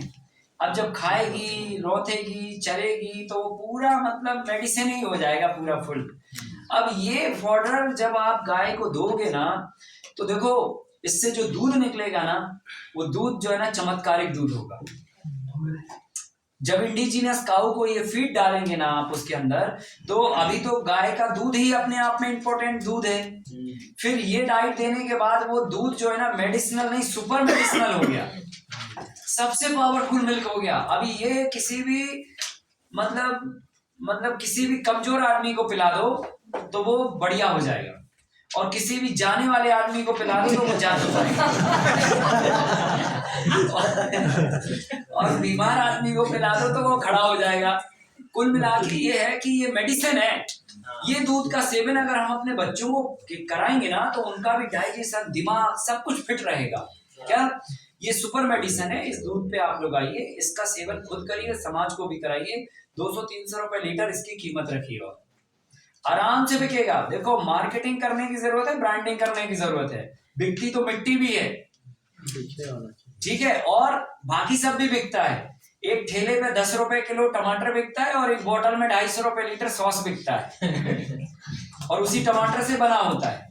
फर्क होता है कलाकारी का, विद प्रिजर्वेटिव्स। हाँ, बेचने की कलाकारी, क्योंकि वो एक मल्टीनेशनल कंपनी बेचती है और इधर पे ये लुंगी छाप आदमी टमाटर बेचता है, पर अंतर ये है। तो हमें क्या करना है, दिमाग को टारगेट करना है। आप लोगों के पास बैठिए, लोगों को आज पूरे दुनिया में कोरोना ने आपकी बात सुनने के लिए मजबूर कर दिया है। सुन लो अगली बात। अभी तक जो है ना, ये प्रॉब्लम थी पैंडेमिक के पहले कि लोग सुनते नहीं थे, लेकिन अब सुनेंगे, क्योंकि अब उन्होंने प्रैक्टिकल, ये प्रॉब्लम ने उनको झंझोर के रख दिया है।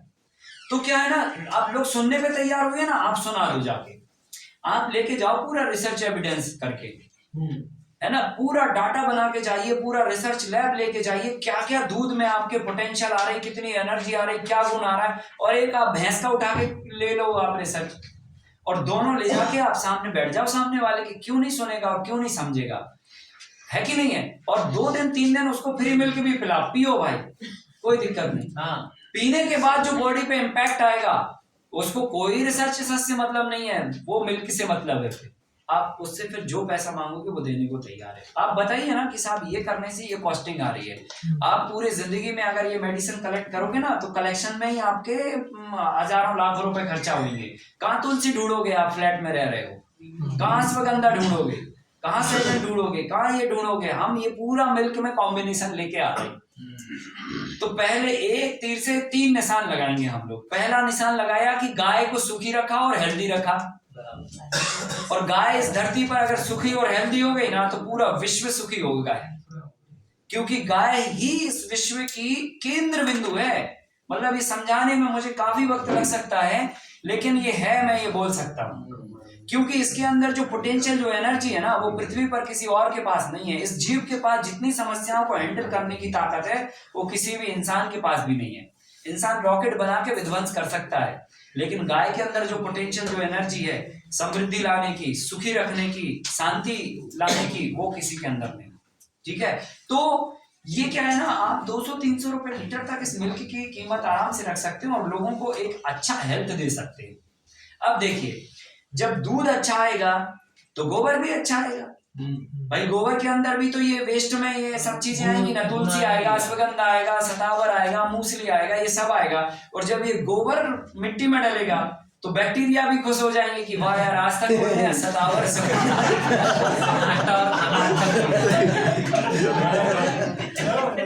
है कि नहीं।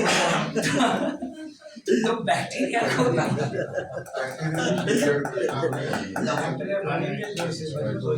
खुशी वाला माहौल होता है, शाही भोज हो गया वो।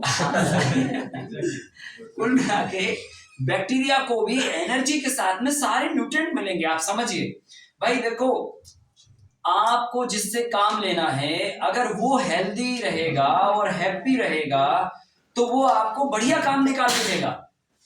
अभी क्या है, हम डीएपी यूरिया मार मार के उनकी जान निकाल दे रहे हैं, तो क्या हो रहा है ना, वो नेगेटिव एनर्जी आ रही है मिट्टी से। आप किसी भी जीव की हत्या करते हैं, आप बताइए पॉजिटिव एनर्जी क्रिएट होगी या नेगेटिव? 100% नेगेटिव। और 1 किलो गेहूं पैदा करने के लिए कितने करोड़ जीवों की हत्या करते हैं, आपका कैलकुलेशन नहीं है। ना ही कोई अदालत बनी है इसको लेकर कि आपने 1 इल्ली मार दी तो आपको सजा हो जाएगी। आप रोज कितने करोड़ जीवों की हत्या कर रहे हैं, कितना पेस्टिसाइड डाल रहे हैं, आप सोचिए। तो इससे क्या हो रहा है ना, नेगेटिव एनर्जी क्रिएट हो रही खेतों से, और वही नेगेटिव एनर्जी हमारी थाली तक पहुंच रही, तो हम कहां से पॉजिटिव हो जाएंगे?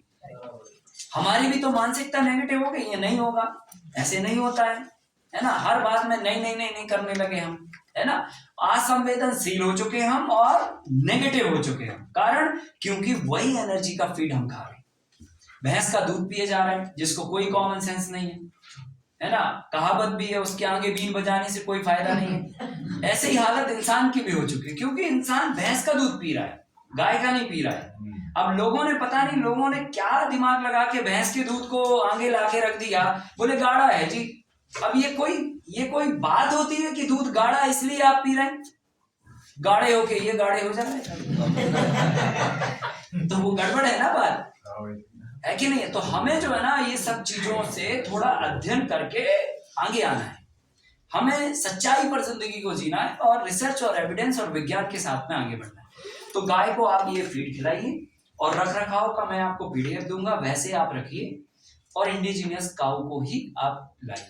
जो गाय दूध 2 लीटर दूध देती है ना, मेरे पास पूरा डाटा है, मैं पिछले 12 सालों से गायों के फीड और गायों पर अध्ययन कर रहा हूँ और इन अध्ययनों में मुझे ये प्राप्त हुआ है, जो गाय 2 लीटर दूध देती है उसको आपने अगर फीड नस्ल का चयन, मतलब प्योर नस्ल, ये नहीं कि दूध देने वाली नस्ल, मैं इस पे बात नहीं कर रहा हूँ। हर कोई आदमी सोच रहा है कितना दूध देती है वही गाय लेके आओ, अरे भाई जो नहीं देती है उसको दूध पे लेके आओ तब बात माने।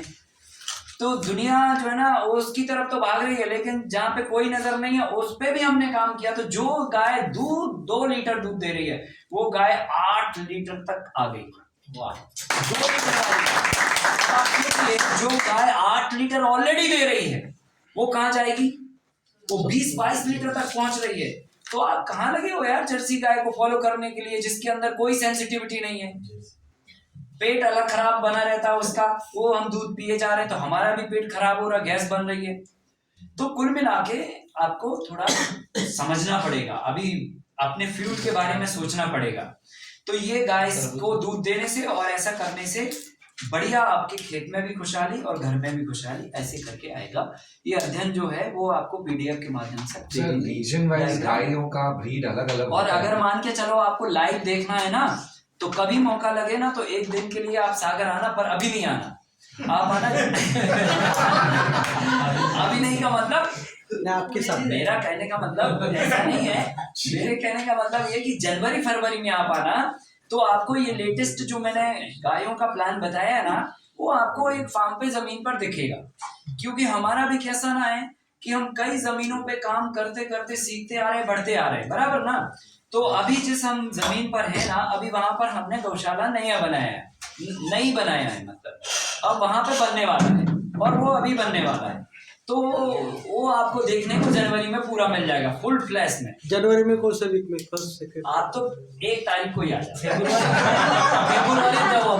नहीं, मैं जनवरी में जाएगा। आप प्लानिंग कर रहे हो सर जी, जो आपने बताया ना, तो बकरी के लिए और कितनी क्वांटिटी दे सकता हूँ इसमें से अगर बनाया तो? बकरी को आधे से आधा कर दो, पाव भी नहीं, पाव से भी कम कर दो। वेट के हिसाब से 125 ग्राम। हाँ मतलब हाँ, ये तो 125 ग्राम।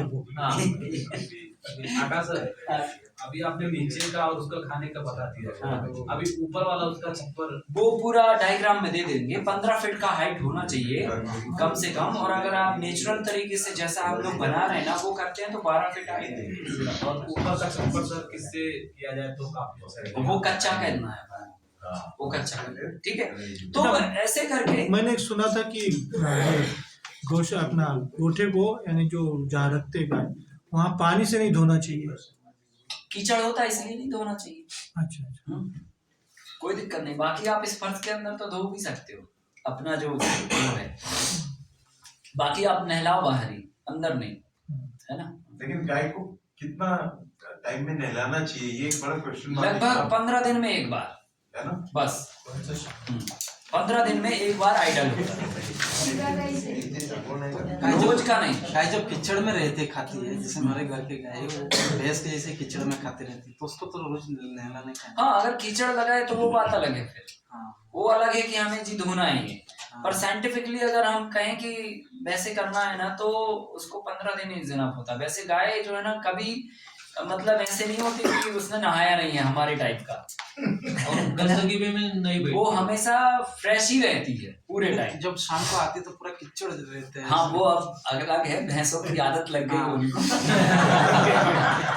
दोस्ती भैंसों से हो गई वो अलग बात है। भैंस नहीं होता, जमीन में कीचड़ है ना इसके लिए। हाँ, तो नहा सकते हैं, कोई दिक्कत नहीं उसमें।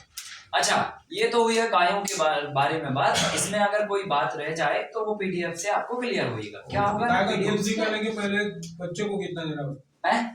ऐसा दूध निकलने के पहले बच्चों को ये कराना पिलाना गाय के बच्चे गाय के बछड़े को ना हाँ। उसकी सामर्थ्य के अनुसार 1 थन का तो होना ही चाहिए कम से कम, कम से कम और अगर सामर्थ्य बच्चे की अच्छी है तो 2 थन का भी होना चाहिए। कितने दिन तक हो हम्म, बच्चे जितना कम से कम जितना 6 महीने से लगभग 5 महीने के आसपास, 4-5 महीने तो चलना चाहिए, है ना, 4 से 5 महीने, है ना, क्योंकि बच्चे का भी हेल्थ बनता है गाय के मिल्क से, तो वो आपको आने वाली जनरेशन में फॉरवर्ड होगा, है ना। अगर बच्चा हेल्दी होगा तो वो फिर आपको हमेशा अच्छा दूध देगा, है कि ब्रीड नहीं? पे काम करना है तो उसको हाँ, पूरा नस्ल पे पिलाना काम है, करना है ना, दूध। तो आपको उसको हेल्दी पहले बनाना है, ये हाँ। पर्पस है। अब हम लोग बात करते हैं सीड को विषय को लेकर। सर एक लास्ट, गाय को हरा चारा ज्यादा देना चाहिए सूखा चारा? नहीं, 10 किलो के आसपास हरा चारा देना चाहिए दिन भर में, 10 किलो के आसपास। सर मक्खी अगर बैठती है ज्यादा, नीम के तेल से आप नहला दो गाय को, है ना, जब आप 15 दिन में नहलाते हो ना तो नीम का तेल डाल लो उसमें, या नीम का तेल नहीं तो नीम की पत्तियों को पानी में बॉईल कर लो, उसी पानी से नहलाओ आप गाय को। तो दूसरा वो तुलसी का जो अलम रहता है उसका छिड़काव क्या चलता है? किसका? अभी तुरती लंबी जैसा तुरती क्या- फिटकरी हाँ, वो कर सकते हैं, उसमें कोई बुराई नहीं, वो उस पानी में भी मिला के उसको नहला सकते हैं। नहीं, बट अभी अगर मक्खी का प्रभाव ज्यादा हो गया सर, हाँ, तो मक्खी का प्रभाव ज्यादा हो गया तो नीम का तेल और करंज का तेल मिला के और स्प्रे मार, उसमें करंज का तेल भी आपको मिलाना पड़ेगा, उससे मच्छर भी नहीं बैठेंगे, मक्खी भी नहीं बैठेगी, और किलियां वगैरह जो गायों को लगती है ना, वो खून को चूसती हैं, वो सब भी एकदम तुरंत झड़ जाएंगे। हाँ और वो सेंधा नमक का पत्थर भी रखना चाहिए। हाँ, वो भूल गया, नमक भी, साल्ट भी गाय को खिलाना है तो गाय को साल्ट मर्जी के हिसाब से खाने दो, उसको पत्थर जाके आप रख दो साल्ट का, जहाँ पे गाय खाना खाती है ना, वो अपनी मर्जी से जितना उसको खाना होगा चाट चाट के अपना खाता रहेगा, है ना, ऐसे। तुकडे तो एवढं मोठं दगड तुकडे होतं। 1 किलो का रख दो, चाटती रहेगी, क्योंकि हर गाय की जो बॉडी की नमक की डिमांड है ना वो अलग अलग होती है ना, जैसे हमारे आपके नमक की डिमांड अलग है, वैसे गायों की नमक की डिमांड भी अलग अलग है। ये नीम करंज तेल को कैसे पालना के मतलब स्प्रे कैसे करना है? पानी में इसमें नहीं, पानी में गर्म नहीं करना, कुछ भी नहीं, आप क्या करिए, नीम तेल को घोलिए पानी में, और करंज तेल को मिलाइए 100 ml 15 लीटर पानी में, और फिर इसमें 2 चम्मच प्लास्टिक सोडा मिला दीजिए आप, 15 लीटर पानी, सॉरी बेकिंग सोडा, साबुन चाहिए, वो भी चल जाएगी, लेकिन बेकिंग सोडा मिला दो आप, सबसे बेस्ट। सब कितना थोड़ा 2 चम्मच 2 चम्मच 2 चम्मच तेल जो है ना घुल जाएगा पानी में, फिर नहीं तो तेल घुलेगा नहीं। कितना सोडा कितना होना चाहिए? 2 चम्मच, बेकिंग सोडा ना? हाँ, और तेल 15 ml 100 ईच। हाँ। और सर अगर गाय के कितना दिया? सर गाय के 4 थन रहते ना, वो 2 थन अगर बंद हो गई तो 4 कैसे करते हो? मतलब ऑटोमेटिक वो नहीं आता उसको। उसके लिए फिर देखो, हो सकता है कि उसमें जमा हो गया हो, जाम हो गया हो थन, तो ठंडे पानी की उसमें सिकाई करना चाहिए। ठंडे पानी की सिकाई करो, फिर दूसरे दिन गर्म पानी की सिकाई करो, फिर ठंडे की करो, फिर गर्म की करो। तो कैसे कर सकते हो कि जैसे बर्फ लिया हमने, तो अब गाय अगर छूने नहीं दे रही है, अगर छूने दे रही है तो ठीक है, कपड़े में बर्फ रखो और उसके थन के आसपास लगाओ, ठीक है, और अगर नहीं छूने दे रही है तो टंकी में मारो, टंकी में मतलब स्प्रे पंपी में, और बस सीधा स्प्रे मार दो थन पे, तो स्प्रे मारते रहो 1-2 मिनट तक ऐसे, तो वो सिकाई होगी उसकी, फिर जाके वो खुल जाती नसें। डॉक्टर को दिखाया था, उसने वो ड्रिल करके किया था। इंजेक्शन मत करना चाहिए, ये सही बात नहीं है वो गौशाला में देखा था मैंने। हाँ, तो क्या करना चाहिए सर? रिपीट करना गर्म और ठंडे पानी की सिकाई करना चाहिए। सिकाई करना। हाँ, अगर थन चोक हो गए हो, दूध ना आ रहा हो थनों से, तो है ना। बीज गाय को हम रोटी देते हैं तो गाय को पका हुआ अनाज देना चाहिए? नहीं, संसार में इंसान के अलावा कोई पका हुआ अनाज नहीं खाता, है ना। आप सोचिए, किसी को देखा आपने कि हंडी चढ़ी है जी इनकी या इनका किचन में पराठे बन रहे हैं? इंसान ही करता है ये सब, है ना। मतलब हर जीव को ऊपर वाले ने कच्चा खाने की व्यवस्था दी हुई है, और वो हमारे लिए भी दी थी, पर अब ठीक है, अब हम लोग तरक्की कर रहे हैं ना। उल्टी तरह। हाँ, तो कच्चा ही देना चाहिए। हाँ ठीक है, एक आध रोटी देना वो दीजिए, वो लेकिन कोई वो बात तो नहीं। हम लोग कह रहे हैं पहले रोटी गाय को गाय देनी की चाहिए, रोटी ऐसा पहले। हाँ तो मान्यता है। एक रोटी एक चलेगी, एक चलेगी, और पूरा कंप्लीट मतलब फीड नहीं चलेगा। वो नैवेद्य एक- प्रसाद म्हणून देना। वो भावना है। वो देखिए, गाय को पहली रोटी का मतलब ये नहीं कि रोटी देना चाहिए, हाँ। जो आप खा रहे हैं वो पहला गाय को देना चाहिए। तो उसका साइंस ये है, विज्ञान ये है। अब आप रोटी खा रहे हैं तो ठीक है, रोटी दो। पराठे खा रहे हैं तो ऐसा थोड़ी कि रोटी दो फिर पराठे ही दो। ये बात है। कहने का मतलब ये है कि जो हम खा रहे हो तो पहले तो देने का है। हाँ, वही भाव है, वही भाव है कि अपना भोजन ग्रहण करने से पहले जिनसे ये भोजन मिला है उनके लिए कृतज्ञता व्यक्त करना ही कहलाता है।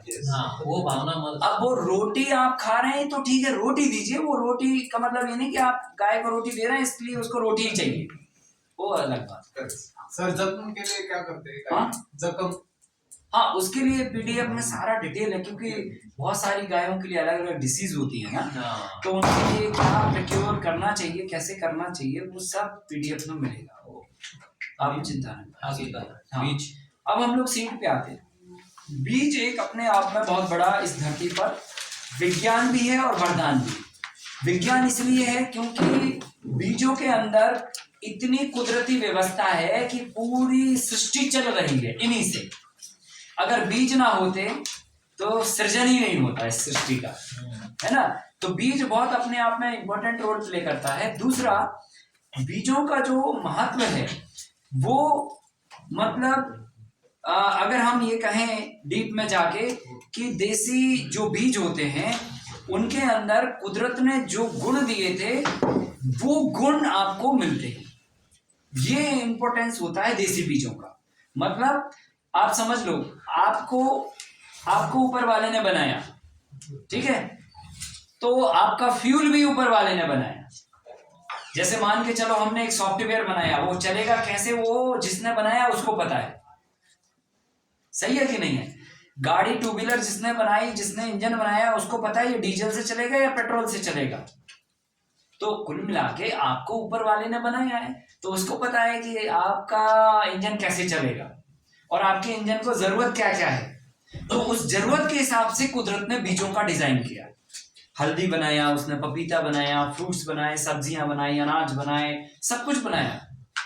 अब क्या हुआ कि वो अनाज के अंदर आपकी बॉडी को जो जो एलिमेंट चाहिए थे वो गुण उसने उसमें डाले। अब हमने क्या किया, हाइब्रिड अनाज बना दिया। जब उसको हमने उसके कैरेक्टर पे छेड़छाड़ करी तो क्या हुआ ना, बीज कंटामिनेट हुआ। बीज कंटामिनेट होने पे उसके जो ओरिजिनल गुण थे ना, वो ओरिजिनल गुण हटके उसके दूसरे कोई दो गुण आ गए, दुर्गुण आ गए। और ऐसा करते करते करते करते हमने 10-15 सालों तक हमने बीजों को मॉडिफाई करते रहे, ठीक है। तो ये हाइब्रिड बीज जो संकरीकरण की जो प्रोसेस है, इसमें ओरिजिनल बीजों की जो ताकत है, जो गुण है, वो हट जाते हैं। ओरिजिनल गुण बीज खो देते हैं, और जब ओरिजिनल गुण खो देंगे तो वो ओरिजिनल ताकत भी हमको फीड नहीं होगी। इसलिए हम खाना कितना ही खा जाते हैं, मतलब ताकत ही नहीं मिलती। ताकत तो दूर की बात है, वो पचते ही नहीं है। पहली बार वो डाइजेस्ट ही नहीं होता। हम इसलिए परेशान है कि जो खाया वो पच जाए पहले, फिर हम बाद में सोचेंगे कि जो पचा है उसमें ताकत मिली या नहीं मिली। उस पर तो हम सोचते ही नहीं है, हम ये सोचते हैं कि पच जाए वो। तो कुल मिला के बात ये है कि आज जो हम खाना खा रहे हैं ना, वो न्यूट्रिशनल बेस्ड खाना नहीं है। WHO भी रिपोर्ट दे चुकी है अपनी इस बात को लेकर। अभी उन्होंने अप्रैल लास्ट ईयर ही बोला था कि भारतीय थाली का जो न्यूट्रिशन वैल्यू है वो एक दशक में 50% गिर चुका है। समझिए इस बात को, वापिस से बोल रहा हूँ, एक दशक में 50% भारतीय खाने का वैल्यू गिर चुका। वैल्यू मतलब उसके अंदर के गुण गिर चुके। एक दशक मतलब 10 सालों में। सोचिए आप, मतलब 10 साल पहले जितना ताकतवर खाना था उससे आधा ताकतवर बचा है। और ये प्रक्रिया पहले से कम होती चली आ रही और आगे भी कम हो रही है। इसका मतलब ये है कि अब आने वाली और जो जनरेशन या हम लोग हैं वो और अनन्यूट्रिशनल बेस्ड डाइट लेके आगे बढ़ रहे हैं।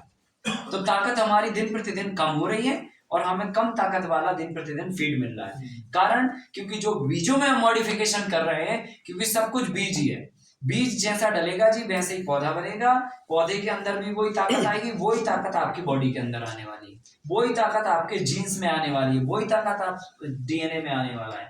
तो ताकत चाहिए अगर, तो कुदरत ने जो बीज आपके लिए बनाए थे उन पे वापस जाओ, बात खत्म।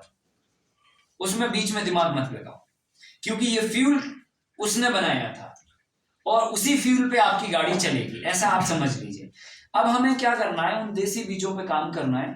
और देसी बीजों पे जब हम काम करेंगे ना, तो बहुत सारा मन में ये आ जाता है ना, क्योंकि अब हम एक नेगेटिव वातावरण में है, तो सबसे पहले नंबर हमारे दिमाग में ख्याल ये आता है कि जी हाइब्रिड बीज लगाते हैं तो प्रोडक्टिविटी ज्यादा आती है, देसी लगाएंगे तो जी कम आएगी। ऐसा बिल्कुल भी नहीं, ये हमारी केवल गलत धारणा है, इसके अलावा और कुछ नहीं। बीजों के अंदर बहुत ज्यादा पोटेंशियल होती है, बहुत ज्यादा पोटेंशियल, पर पोटेंशियल के लिए आपको वैसे काम करना पड़ेगा, ठीक है।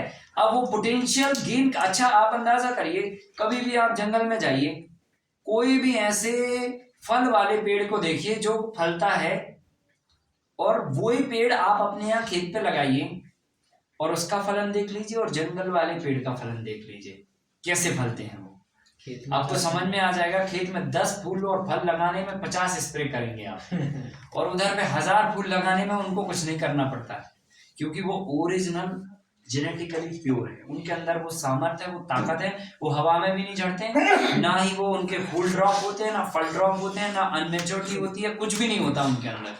ये सब हमारे दी हुई कलाकारी का परिणाम है, ठीक है। तो हमें क्या करना है, कुदरती बीजों पर जाना है, और ये कुदरती बीजों में एक प्रोसेस मैं आपको बता दे रहा हूं, उसका सिंपल सरल नाम है सिलेक्शन प्रोसेस, जिसको हमने पिछले 12 सालों में 13 सालों में तैयार किया है। और इस सिलेक्शन प्रोसेस के माध्यम से हमने ये सीखा है और जाना है कि अगर आपको देसी बीजों में अच्छी गुणवत्ता युक्त तो उपज लेनी है, तो आप उन बीजों के लिए उनका सिलेक्शन करिए। ये सिलेक्शन एग्जाम्पल के रूप में अगर हम समझाएं तो ऐसा है कि एक क्लास में अगर एक बच्चा है जो बहुत अच्छा तेज दिमाग का है, अच्छे नंबर ला रहा है, उसके बराबर के किसी के नंबर नहीं है, आप उसी बच्चे की जनरेशन को आपको आगे बढ़ाना है, बात खत्म हो गई, ठीक है। ये हो गया आपका सिलेक्शन। अब यही चीज अगर हम सीड में करते हैं, देखो कुदरत की व्यवस्था में क्या चीज है ना, कि कुदरत ने इस संसार को ऐसे बनाया है कि बीज जो है ना, कहीं से भी कभी भी कुछ भी आ सकता है, ये हमारे आपके हाथ में नहीं है। जैसे मान के चलो हमारे आपके बीच में ही मोदी जैसे लोग पैदा हुए, हमारे आपके बीच में स्वामी रामदेव जी जैसे लोग पैदा हुए, हमारे आपके बीच में ऐसे ना जाने कितने लोग पैदा हुए जिन्होंने पूरे विश्व में अपना नाम और काम का सिक्का बनाया है। तो ये सब लोग जो है ना, कोई अलग से थोड़ी आए, ये सामान्य परिवारों में ही पैदा हुए, सामान्य माँ बाप के यहाँ पैदा हुए, लेकिन कुदरत ने इनको पता नहीं कौन सा गुण दे दिया कि ये लोग कहाँ पहुंच गए। तो ये सारा जो है ना, ये कुदरत का दिया गया गुण जो है, वो ऐसा नहीं है कि हाइब्रिड से ही आता है, ये आता है कुदरती व्यवस्था से। हाइब्रिड में आप ये करते हो कि एक बीज को दूसरे बीज के साथ में मिला देते हो, बस बात खत्म, यही कहानी आपकी खत्म होती है। फिर ये मिलके क्या निकलेगा, ये ऊपर वाले के हाथ में तय होता है। वो अच्छा भी निकल सकता है और बुरा भी निकल सकता है। अच्छा निकल गया तो आपने वैरायटी पे अपना टैग लगा दिया, बुरा निकल गया तो साइड में रख दिया। ऐसे बनता हाइब्रिड। तो जब ऐसे बनता ही है तो हम काय को वहां चक्कर में पड़े हुए हैं, हम इधर ही ये चक्कर कर लें। तो अब क्या करना, इसके लिए मैंने जो विधि तैयार की है उस पर हम काम कर रहे हैं, और हमने ऐसे 80 प्रकार के बीजों को इन विधियों से तैयार किया, और ये अपने आप में जबरदस्त परिणाम भी दे रहे हैं। मतलब अगर इन बीजों को आप प्रयोग करते हो, मैंने देखा किसानों ने खुद से ओपिनियन दिया कि ऐसा फलन, ऐसा फ्रूटिंग, इतना जर्मिनेशन, इतना ताकत, इतना कम डिसीज लगना, ये अभी तक हमने महसूस नहीं किया देसी बीजों में, क्योंकि हमने वैरायटी का सिलेक्शन किया है। और वो मैं आप सब किसानों को साझा कर रहा हूँ, सिखा रहा हूँ कि आप भी अपना देसी बीज बनाना सीखिए, ताकि आपको एक तो आत्मनिर्भर होने में आसानी मिल सके, बीज का खर्चा बढ़ सके, और आप क्वालिटी सीड्स आप खुद बनाएं और लोगों को भी दें, है कि नहीं है। बीजों का व्यापार लगभग लाखों हजारों करोड़ों रुपए का हमारे देश में। अगर हम अपने बीज बचाने लगे, केवल हम अपना बनाने लगे, तो कम से कम हजारों रुपए आपका तो बचेगा। 1 एकड़ में खेती करने वाला किसान 10,000 रुपए का बीज खर्चा करता है 1 साल में, कम से कम, अगर वो 2-3 फसलें लेता है तो। अगर 10,000 का एवरेज लगा लो तो आप सोचो एक गांव से कितना पैसा जाता है। एक गांव में 1000 एकड़ भी जमीन है, गुणा 10,000 कर दो आप, कितने लाख करोड़ रुपए होता है एक गांव से। ऐसे पूरे हिंदुस्तान से न जाने कितने करोड़ों रुपए हमारे बाहर जाते हैं। सरकार भी कह रही है आत्मनिर्भर बनो। आत्मनिर्भर बनने के लिए आपको बीज खुद बनाने पड़ेंगे, दवाई बनानी पड़ेगी खुद, और खाद भी बनानी पड़ेगी। तो करना क्या है, सिलेक्शन विधि, इसको बोलते हैं हम चयन प्रक्रिया। चयन प्रक्रिया,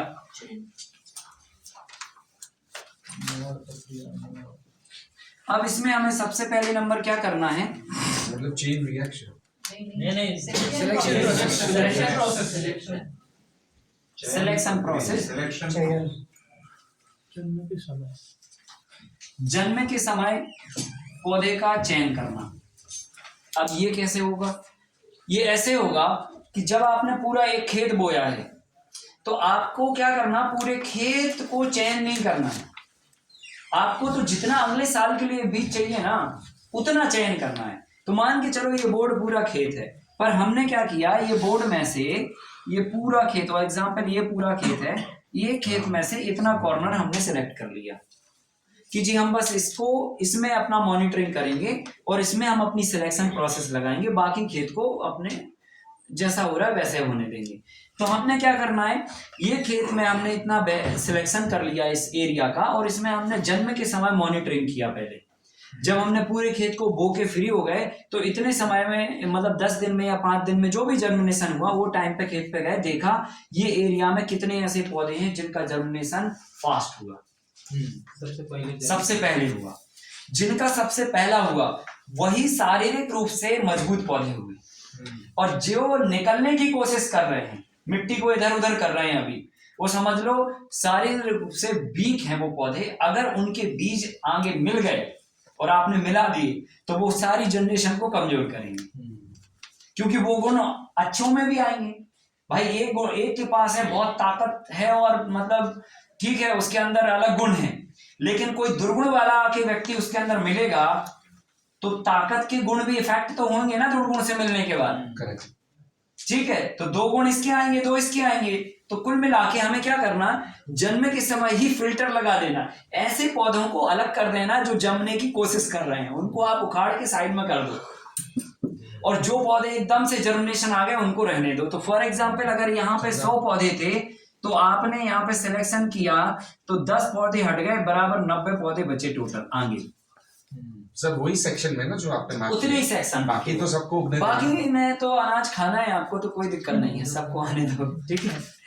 तो हमने जन्म के समय पौधे को सिलेक्ट किया, 90% पौधे सही रहे, लेकिन 10% हट गए बेचारे, निकल गए पहली राउंड में। फिर आ जाओ दूसरे राउंड में, तो दूसरा राउंड बोलता है जब पौधे में पत्तियां आ जाएं, पत्तियों के समय चयन। तो पत्तियों के समय पे चयन कब करना, जब उसमें पत्तियां आ जाएं। तो चेक करो जी कितने ऐसे पौधे हैं जिनकी पत्तियां बहुत बढ़िया आई हैं, संख्या में ज्यादा आई हैं, पत्तियां हेल्दी हैं, हरी हैं, ये सब गुण हैं। तो हमने देखा जी 90 में से 80 के तो सही हैं, और 10 में पत्तियां थोड़ी कमजोर दिख रही हैं या कम दिख रही हैं, या छोटी छोटी पत्तियां निकली हैं, या इस तरह का कुछ है। तो आपने मान के चलो फिर 90 में से 10 घटा दिए, अब बचे आपके पास 80 पौधे बचे। अब सर उनको भी हटा देना है ना फिर? हाँ 10 को हटा दो तुरंत। हाँ मतलब हमें कमजोर चाहिए ही नहीं है, तो 10 को हमने फिर हटा दिए। अब आ जाते हैं हम तीसरे राउंड पे। तो तीसरे राउंड में हमने क्या किया, डालियों के समय चयन, डालियां ब्रांचिंग के टाइम पे। तो हमें ये चेक करना है कि कितने ऐसे पौधे हैं जिन्होंने ब्रांचिंग बढ़िया बनाई है। देखो जो पत्तियां अच्छा बनाएगा वही तो ज्यादा ब्रांचिंग बनाएगा, क्योंकि पत्तियों से तो वो भोजन बनाएगा पहले। तो ज्यादा पत्तियां होंगी तो ज्यादा भोजन बनेगा, ज्यादा भोजन बनेगा तो ज्यादा डालियां बनेगी, ज्यादा डालियां बनेगी तो ज्यादा फूल बनेंगे, ज्यादा फूल बनेंगे तो ज्यादा फल आएंगे, खत्म। तो पत्तियों से सबसे ज्यादा कहानी आगे फॉरवर्ड होती है। तो ऐसे पौधे जिनकी पत्तियां बहुत ज्यादा थी, ऐसे 80 थे हमारे पास, लेकिन जब हमने देखा कि डालियां हमने देखी तो ऐसे 10 पौधे फैल हो चुके बेचारे, वो डालियां नहीं बना पाए सही। मतलब पत्तियों के समय तक तो ताकत उनकी अच्छी रही, डालियां बनाने का समय जब आया तो फुस उतर गए, या मतलब नहीं बना पाए, या कुछ भी कारण रहा, या वो इनबिल्ड उनके अंदर वो स्टेमिना नहीं हो पाया, जो भी रहा। तो हमने क्या किया, वो समय पे फिर पौधों को हटाया। तो अब हमारे पास 80 पौधे आए थे चल के, तो 80 में से जो है अब हमारे पास कितने बचे? 70 पौधे बचे, ठीक है कि नहीं? 70 पौधे बचे। अब हमें क्या करना है, वापस हमें फिर सिलेक्शन करना है, किस समय पे? फ्लावरिंग के टाइम पे, ठीक है। तो फ्लावरिंग के टाइम पे, फूल के समय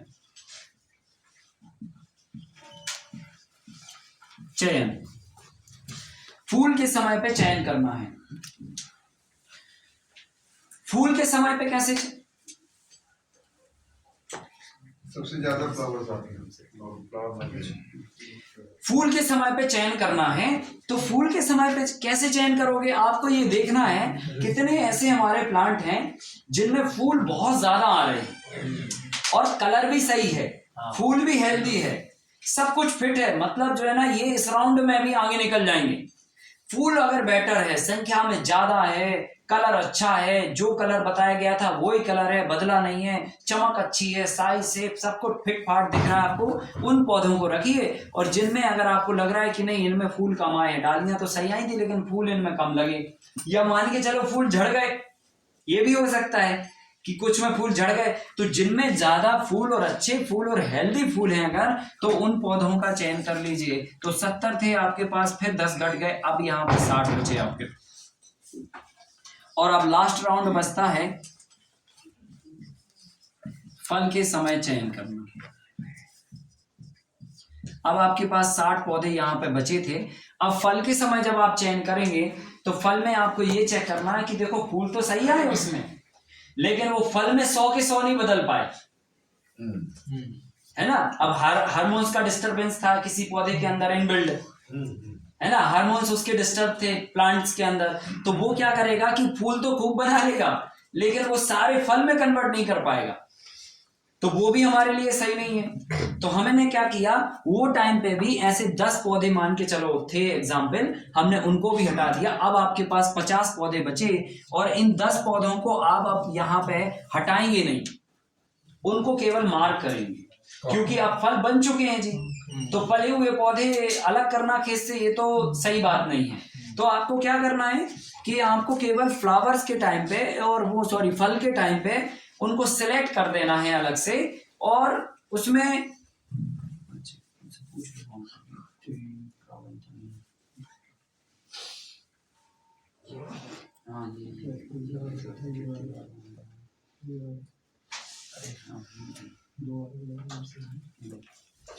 तो फल के समय पे आप उनको चयन करिए। तो फल के समय पे चयन करने के लिए आपको क्या करना है कि मतलब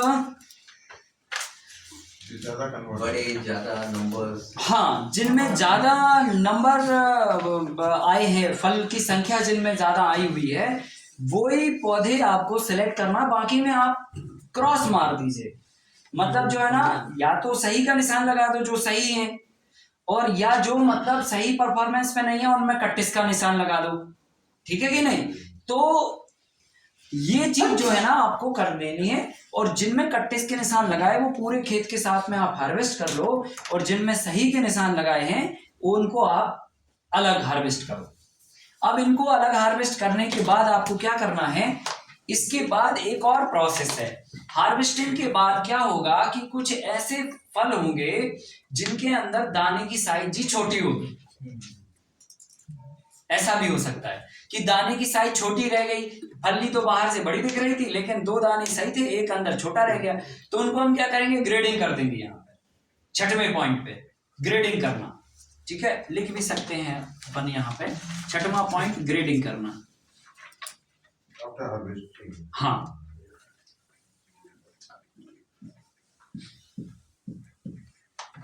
ग्रेडिंग करना।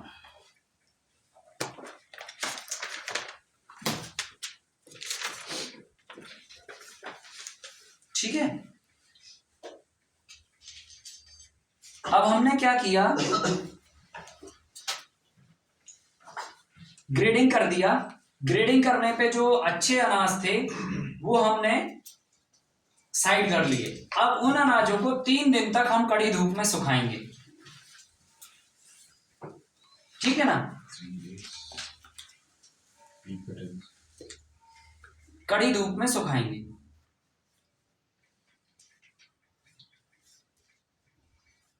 आकाश जी, हमारे यहाँ पे ये लोग ऐसा बोलते हैं कि जो हमने सिलेक्ट किए हैं सीड्स के लिए उनको प्लांट पे ही रहने देते हैं, उनको हार्वेस्ट नहीं करते हैं। राइट, ये मैंने भी सुना है। हाँ, तो वो नहीं करना चाहिए। नहीं, ऐसे कब तक रखोगे आप प्लांट पे? हाँ, जब तक वो पूरे हो नहीं जाते हैं तब तक रखने नहीं, तब तक तो रखना ही है। वो तो रखना ही रखना है। वो तो जब मैच्योरिटी आएगी तभी ना आपको हार्वेस्ट करने हैं।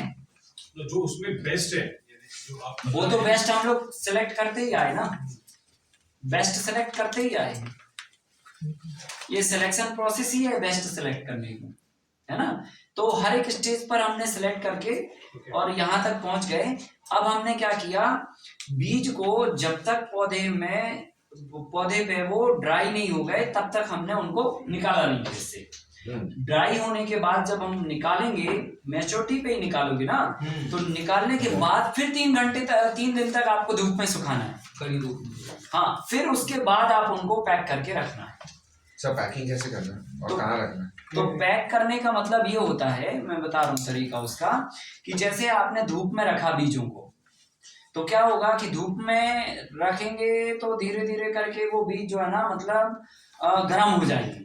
तो आपको क्या करना, 4 बजे उन बीजों को निकालना है और फिर निकाल के साइड में रखना है छाया में लगभग 1 घंटे तक। 1 घंटे के बाद वो जब थोड़े ठंडे हो जाएंगे और फिर उनके बाद उसको ड्रम में भरोगे आप। 1 घंटा for 3 days?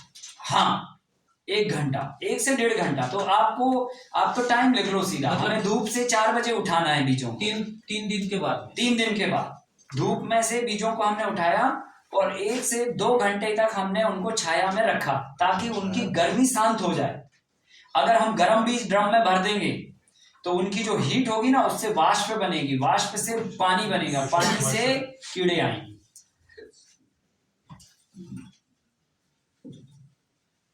तो हमने क्या किया, पहले नंबर बीजों को सुखाया और गर्म होने से बीजों को मतलब ठंडा किया गर्म होने के बाद। अब ठंडा 1-2 घंटे तक हो गए तो शाम को 6 से 7 बजे के बीच में आपको ड्रम में पैक करके रखनी है। अब इसमें लोहे की धातु का बर्तन नहीं लेना, बाकी किसी भी धातु का बर्तन या मिट्टी का बर्तन आप ले सकते हैं। और इसमें क्या करोगे, बर्तन पूरी तरह से साफ और सूखा होना चाहिए। और फिर इसमें क्या करना है, नीम की पत्तियां लो, उनकी टहनियों को तोड़ लो और उन टहनियों को पहले हल्का सा धूप दिखाओ, है ना, हल्का सा धूप दिखाओ। और धूप दिखाने के बाद फिर आपको क्या करना है कि जब वो पत्तियां मुरझा जाएं, जब पत्तियां मुरझा जाएं तो उन पत्तियों को एक उसमें झोली में इकट्ठा कर लो, पैक कर लो। जैसे झोली काहे की हो सकती है, जालीदार कपड़ा भी हो सकता है, जूट का जालीदार कपड़ा भी हो सकता है, या फिर वो प्लास्टिक की भी हो सकती है जो आपकी जैसे अभी सब्जियां आती है ना उसमें प्याज आती है, वो जालीदार कपड़ा, जालीदार, हाँ, तो वो जालीदार कपड़ा हम रूमाल के साइज का काट लेंगे और उसमें हम भर देंगे और उसको सिल देंगे, ऐसे ही धागे से फॉर्मल टांके मार देंगे ताकि पत्तियां ना बिखरें। और उसी में क्या करेंगे, एक कपड़े में, सूती कपड़े में चूने का 100 ग्राम का ढेला, ऐसी पोटली बना के रबड़ बैंड या तो धागे से लपेट के वो पोटली भी उसके साथ में पत्तियों के साथ डाल देंगे। और नीम की पत्तियों को आप पूरी तरह से ड्राई नहीं करोगे, सुखाओगे नहीं। अगर पत्तियां पूरी तरह से सूख गई तो जान निकल गई उनकी, उसमें वो कोई फायदा नहीं करेगी, काम नहीं करेगी। तो आपको क्या करना है, पूरी तरह से ड्राई नहीं होने देना है, उनको मुरझा के बस रखना है ताकि उनका एक्सेस मॉइस्चर निकल जाए और उनका ऑयल कंटेंट बना रहे।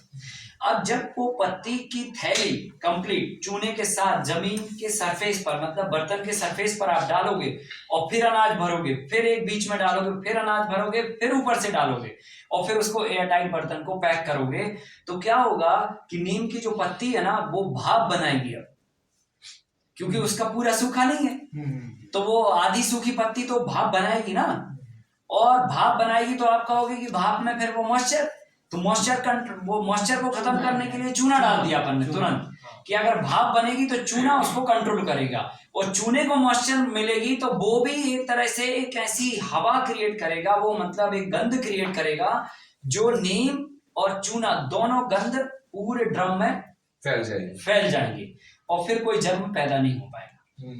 ये संतुलित और सही नियम है। इस नियम पे हम लोग बीजों को 2-2, 3-3 साल तक रखते हैं और एक कीड़ा नहीं लग पाता।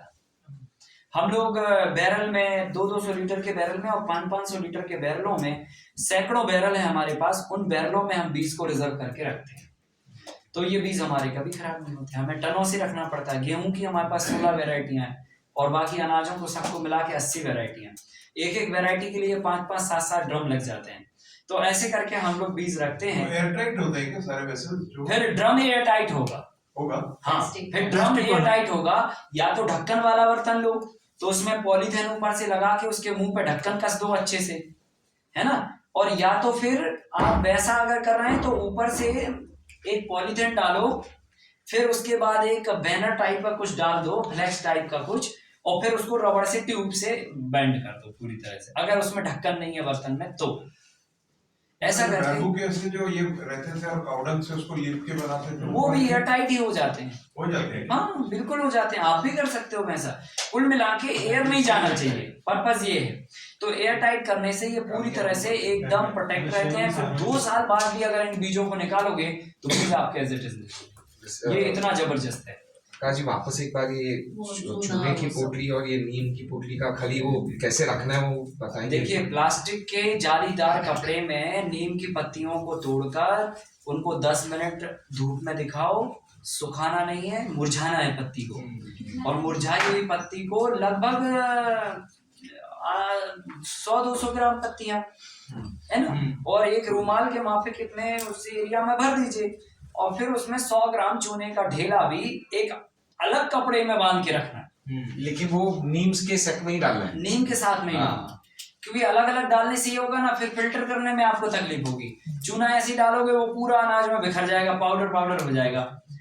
तो इसलिए उसको कपड़े में डाल के रखना है, ताकि जब आप अनाज निकालो तो पोटली निकाली, साइड रख दी, अनाज अपना से। कपड़ा सूती लेना, कपड़ा सूती ले सकते हो, कोई दिक्कत है ना। सूती के कपड़े में नीम का पत्ते भी डाल सकते हैं? नहीं, उसमें क्या है ना, चूने में तो ऐसा है ना कि थोड़ा पतला कपड़ा भी होगा ना तो भी वो मॉइस्चर को सिक कर लेगा, है ना। चूने का स्वभाव तो ये होता है कि आप बोरी में भी रखते हो ना चूना पैक करके, तो भी वो मॉइस्चर को पकड़ लेता है। नीम को भी कपड़े में ही करना है? नहीं, नीम को थोड़ा जालीदार कपड़ा चाहिए। जालीदार, मैं ये कह रहा हूँ, मतलब कपड़ा ही चलेगा लेकिन जाली ज्यादा होना चाहिए। अच्छा। हाँ, तो उसके लिए सबसे बेस्ट होता है, जैसे पहले शक्कर की बोरी आती थी, आपको ध्यान हो, जूट की बोरी, उसको ऐसे देखो तो उसमें गैप आराम से दिखता है, वो बोरी बढ़िया हवादार हो। बस ऐसे इस तरह का कुछ भी, है ना, वो लेके और फिर आपको जमीन मतलब बर्तन की सतह पर डालना है, फिर मिड में डालना है और फिर टॉप पे डालना है, मिड में और टॉप पे, ऐसे करके। और अगर हमारे पास हर एक बीज को अलग अलग कंटेनर करना है कि मिक्स भी कर सकते हैं? नहीं, मिक्स भी कर सकते हैं, अलग अलग भी कर सकते हैं। मतलब नीचे बॉटल में किसी को रख दिए, उसके ऊपर किसी को रख दिए, उसके ऊपर तो कुछ आप वो कर दीजिए, मतलब एक कि हाँ भाई ये मिक्स वापस कर, और आप अलग अलग रख सकते हैं। अच्छा, हाँ, कपड़े की थैलियां बना दो, थैलियां में डाल दो ड्रम के अंदर, वो फिर ये काउडंग का जो ऐश आता है तो उसमें भी प्रिजर्व करते थे हमारे इधर, तो वही सिस्टम है, तो ये वो भी रख सकते हैं, वैसे भी कर सकते हैं, पर एयर टाइट होना चाहिए। हाँ, कोई भी सीड में सर, सीड सेविंग में एयर टाइट कंटेनर का होना बहुत जरूरी है। बिल्कुल। तो ये चीज आपको फॉलो अप करनी है। और बर्तन कौन से बोले आपने? मिट्टी के, स्टील को छोड़ के, लोहे के बर्तन को छोड़कर, लोहा, आयरन प्लास्टिक वाले ड्रम में चलेगा, स्टील के बर्तन में रख चलेगा। और सर इसको भी शेड में ही रखना है ना? हाँ, छाया, धूप में नहीं। तो इस तरह से हम बीजों का सिलेक्शन करते हैं और देसी बीजों की जनरेशन को हम लोग आगे इम्प्रूव करके बढ़ाते रहते हैं। तो अभी तक हमने वैरायटी सिलेक्शन में 80 वैरायटियां सेलेक्ट की हुई हैं, और इन वैरायटियों के अपने चमत्कारी गुण हैं और इनके फलन और इनकी ताकत है। इनका आप सब लोग उपयोग करिए और अपने से खुद बीजों को बनाइए, ठीक है। देखो, बीजों को आप बनाओगे तो लगभग आप ये मान के चलो कि आपने 20% खेती में आत्मनिर्भर बनाने की कहानी तय कर दी। 20% कम से कम बीज अपने आप में बहुत बड़ा रोल प्ले करते हैं, और वो बीजों से जो अनाज फीड निकलेगा वो हमारे अपने बच्चों को हम खुद खाएंगे, समाज को खिलाएंगे, तो उससे भी लोगों को फायदा होगा। तो ये देसी बीज कैसे काम करते हैं या इनका कौन से बीज के अंदर क्या गुण है, कुछ बीज हम यहाँ पर आपको लेके आए हैं दिखाने के लिए, समझाने के लिए। तो वो जस्ट अभी हम 10-12 मिनट का ब्रेक करते हैं। ब्रेक के बाद आपको डेमो में दिखाते हैं कि कौन से बीज हम किस तरीके से बनाते हैं और उनका क्या प्रोसेस है। और हम आपको यहाँ पर फूड प्रोसेसिंग का भी अभी डेमो दिखाते हैं, कौन से बीजों से हमने क्या पैदा किया और उसका क्या प्रोडक्ट बनाया और किस लेवल पे हमने उसको लेके आए कि वो चीज जो 2 रुपए किलो बिक रही थी वो 200 रुपए में आ गई। ठीक है, क्योंकि सबसे बड़ा चैलेंज ये भी है हमारे किसानी का एक बैग कि हम अनाज अच्छे से पैदा कर लेते हैं, लेकिन हम ना तो उसके प्रोडक्ट बना पाते हैं ना उसकी मार्केटिंग कर पाते हैं। तो ये प्रोडक्ट बनाना और मार्केटिंग, ये दोनों चीजें भी हम आपको एक्सप्लेन करते हैं ताकि आपको एक आइडियाज मिल सके और आपको संभावना भी पता चल सके कि यार यहीं तक खेती की डेफिनेशन खत्म नहीं होती है, यहाँ से तो चालू होती है और ये कहाँ तक जाके खत्म होती है इसका कोई डेप्थ नहीं है उसका। तो और आकाश जी ये एक लॉजिस्टिक मतलब फार्म से शहर तक जो पहुंचता है प्रोड्यूस, उसको कैसे पहुंचाना अच्छी तरह, वो सब भी मैं वो बहुत इम्पोर्टेंट है, बहुत ही इम्पोर्टेंट चीज है। हाँ, क्योंकि वो ऑन मेहनत हम आपको दिखाते हैं, क्योंकि वैसे बात करने में क्या होगा, अभी क्या है ना, हमें ट्रैवल करने में थोड़ा कैरी करने में बहुत मुश्किल होता है। एक तो हमें कई जगह से होते हुए आना पड़ता है, एक जगह से नहीं तो एक जगह से तो हम हमारे कपड़े क्या 2 जोड़ी हमारे कपड़े होते हैं, सो उनका वजन मुश्किल से 1.5 किलो ही होता है सब मिला के।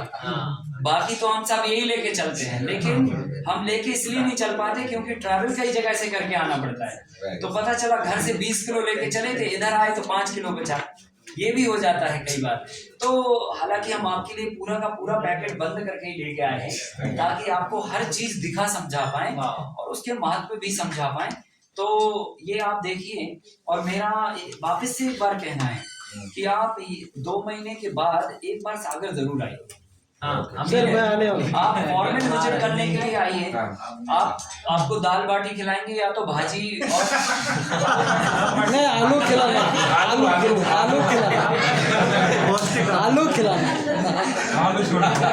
छोड़ के हम सब खिलाएंगे। आलू छोड़ के वो हमारा फेवरेट है। तो आप वहाँ पर रहनी चाहिए ना, नहीं तो आप जाएंगे हमारा ऐसा है, अगर हम ना भी रहे तो भी आप आइए, आपका फार्म है, आपका परिसर है, आप जाइए आराम से आनंद लेकर आ जाइए। नहीं पर आप रहेंगे तो ही आएंगे।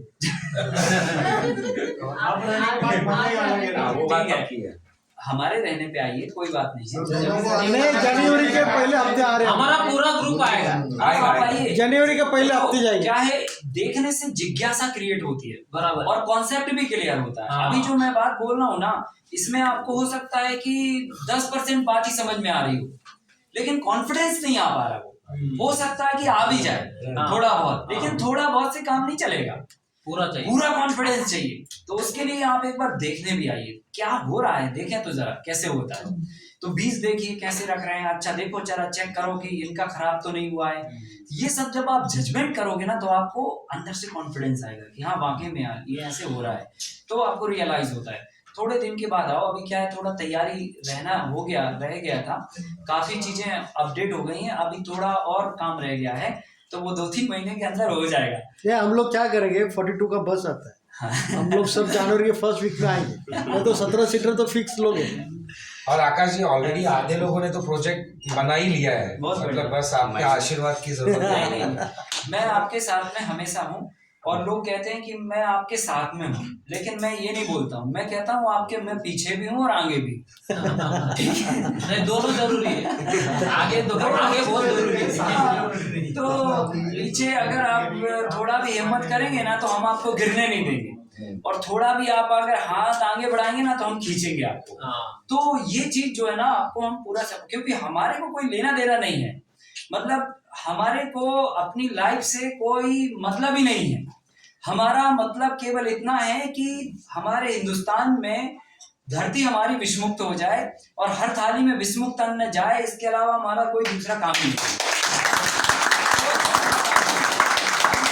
17 साल की उम्र से लेकर अभी तक मुझे ऐसा कोई पल याद नहीं है जिस पल मैंने खेती के अलावा कोई और सोचा। सोचिए, कोई भी पल हमारे जीवन में ऐसा नहीं। कितने लोगों के संबंध हमसे बने और बिगड़ गए, उन्होंने अपने से बना लिए, अपने से बिगाड़ लिए, हमें पता भी नहीं चला। मतलब मैं ये कह रहा हूं कि मुझे ये भी वक्त नहीं मिला कि मैं किसी से मतलब ढंग से या तो कोई समय गुजार पाए या कुछ कर पाए, मतलब वो हमारे जीवन में है ही नहीं। सो कुल मिला के मैं पूरी तरह से पूरे श्रद्धा और मतलब पूरी ताकत के साथ, पूरे वक्त के साथ मैं इस काम में समर्पित हूँ। आपकी जिम्मेदारी है कि हमारे इस काम का क्या लाभ ले सकते हैं, ठीक है, ये आपकी रिस्पॉन्सिबिलिटी है। मैंने अपना आपको सब कुछ बता दिया और मैं तैयार हूं आपके साथ लगने में, लेकिन आपको आगे आकर थोड़ा लगना पड़ेगा, आपको प्रयास करना पड़ेगा। आपको हमसे जो चाहिए, जितना चाहिए आप लीजिए, कोई दिक्कत नहीं। मैं अपने सारे संबंध भी आपको देने को तैयार हूं, जितने भी अभी रिलेशन बने पूरे दुनिया में मार्केटिंग कंपनियों से या दुनिया भर के लोगों से, वो सब भी मैं देने को तैयार हूं। मुझे ना तो रत्ती भर आपसे ये अपेक्षा है कि मुझे 1 रुपया मिलना चाहिए, या हमें ये अपेक्षा है कि आपसे हमें कुछ मिल जाए, ना अभी ना कभी, कभी कोई दिक्कत नहीं है। तो आप बस इस श्रद्धा का लाभ उठाइए कुल मिला के, और इस भाव को समझिए और इस व्यवस्था को आगे। बस मेरा ध्येय एक ही है, दूसरा कोई ध्येय नहीं है। आपने पका के परोस के रखा है, हमने सिर्फ खाना है अभी। बस खाना है और डाइजेस्ट करना है। अभी 10 मिनट के बाद हम लोग वापस ही डेमो में मिलेंगे। और आकाश जी, जब भी संपर्क करना हो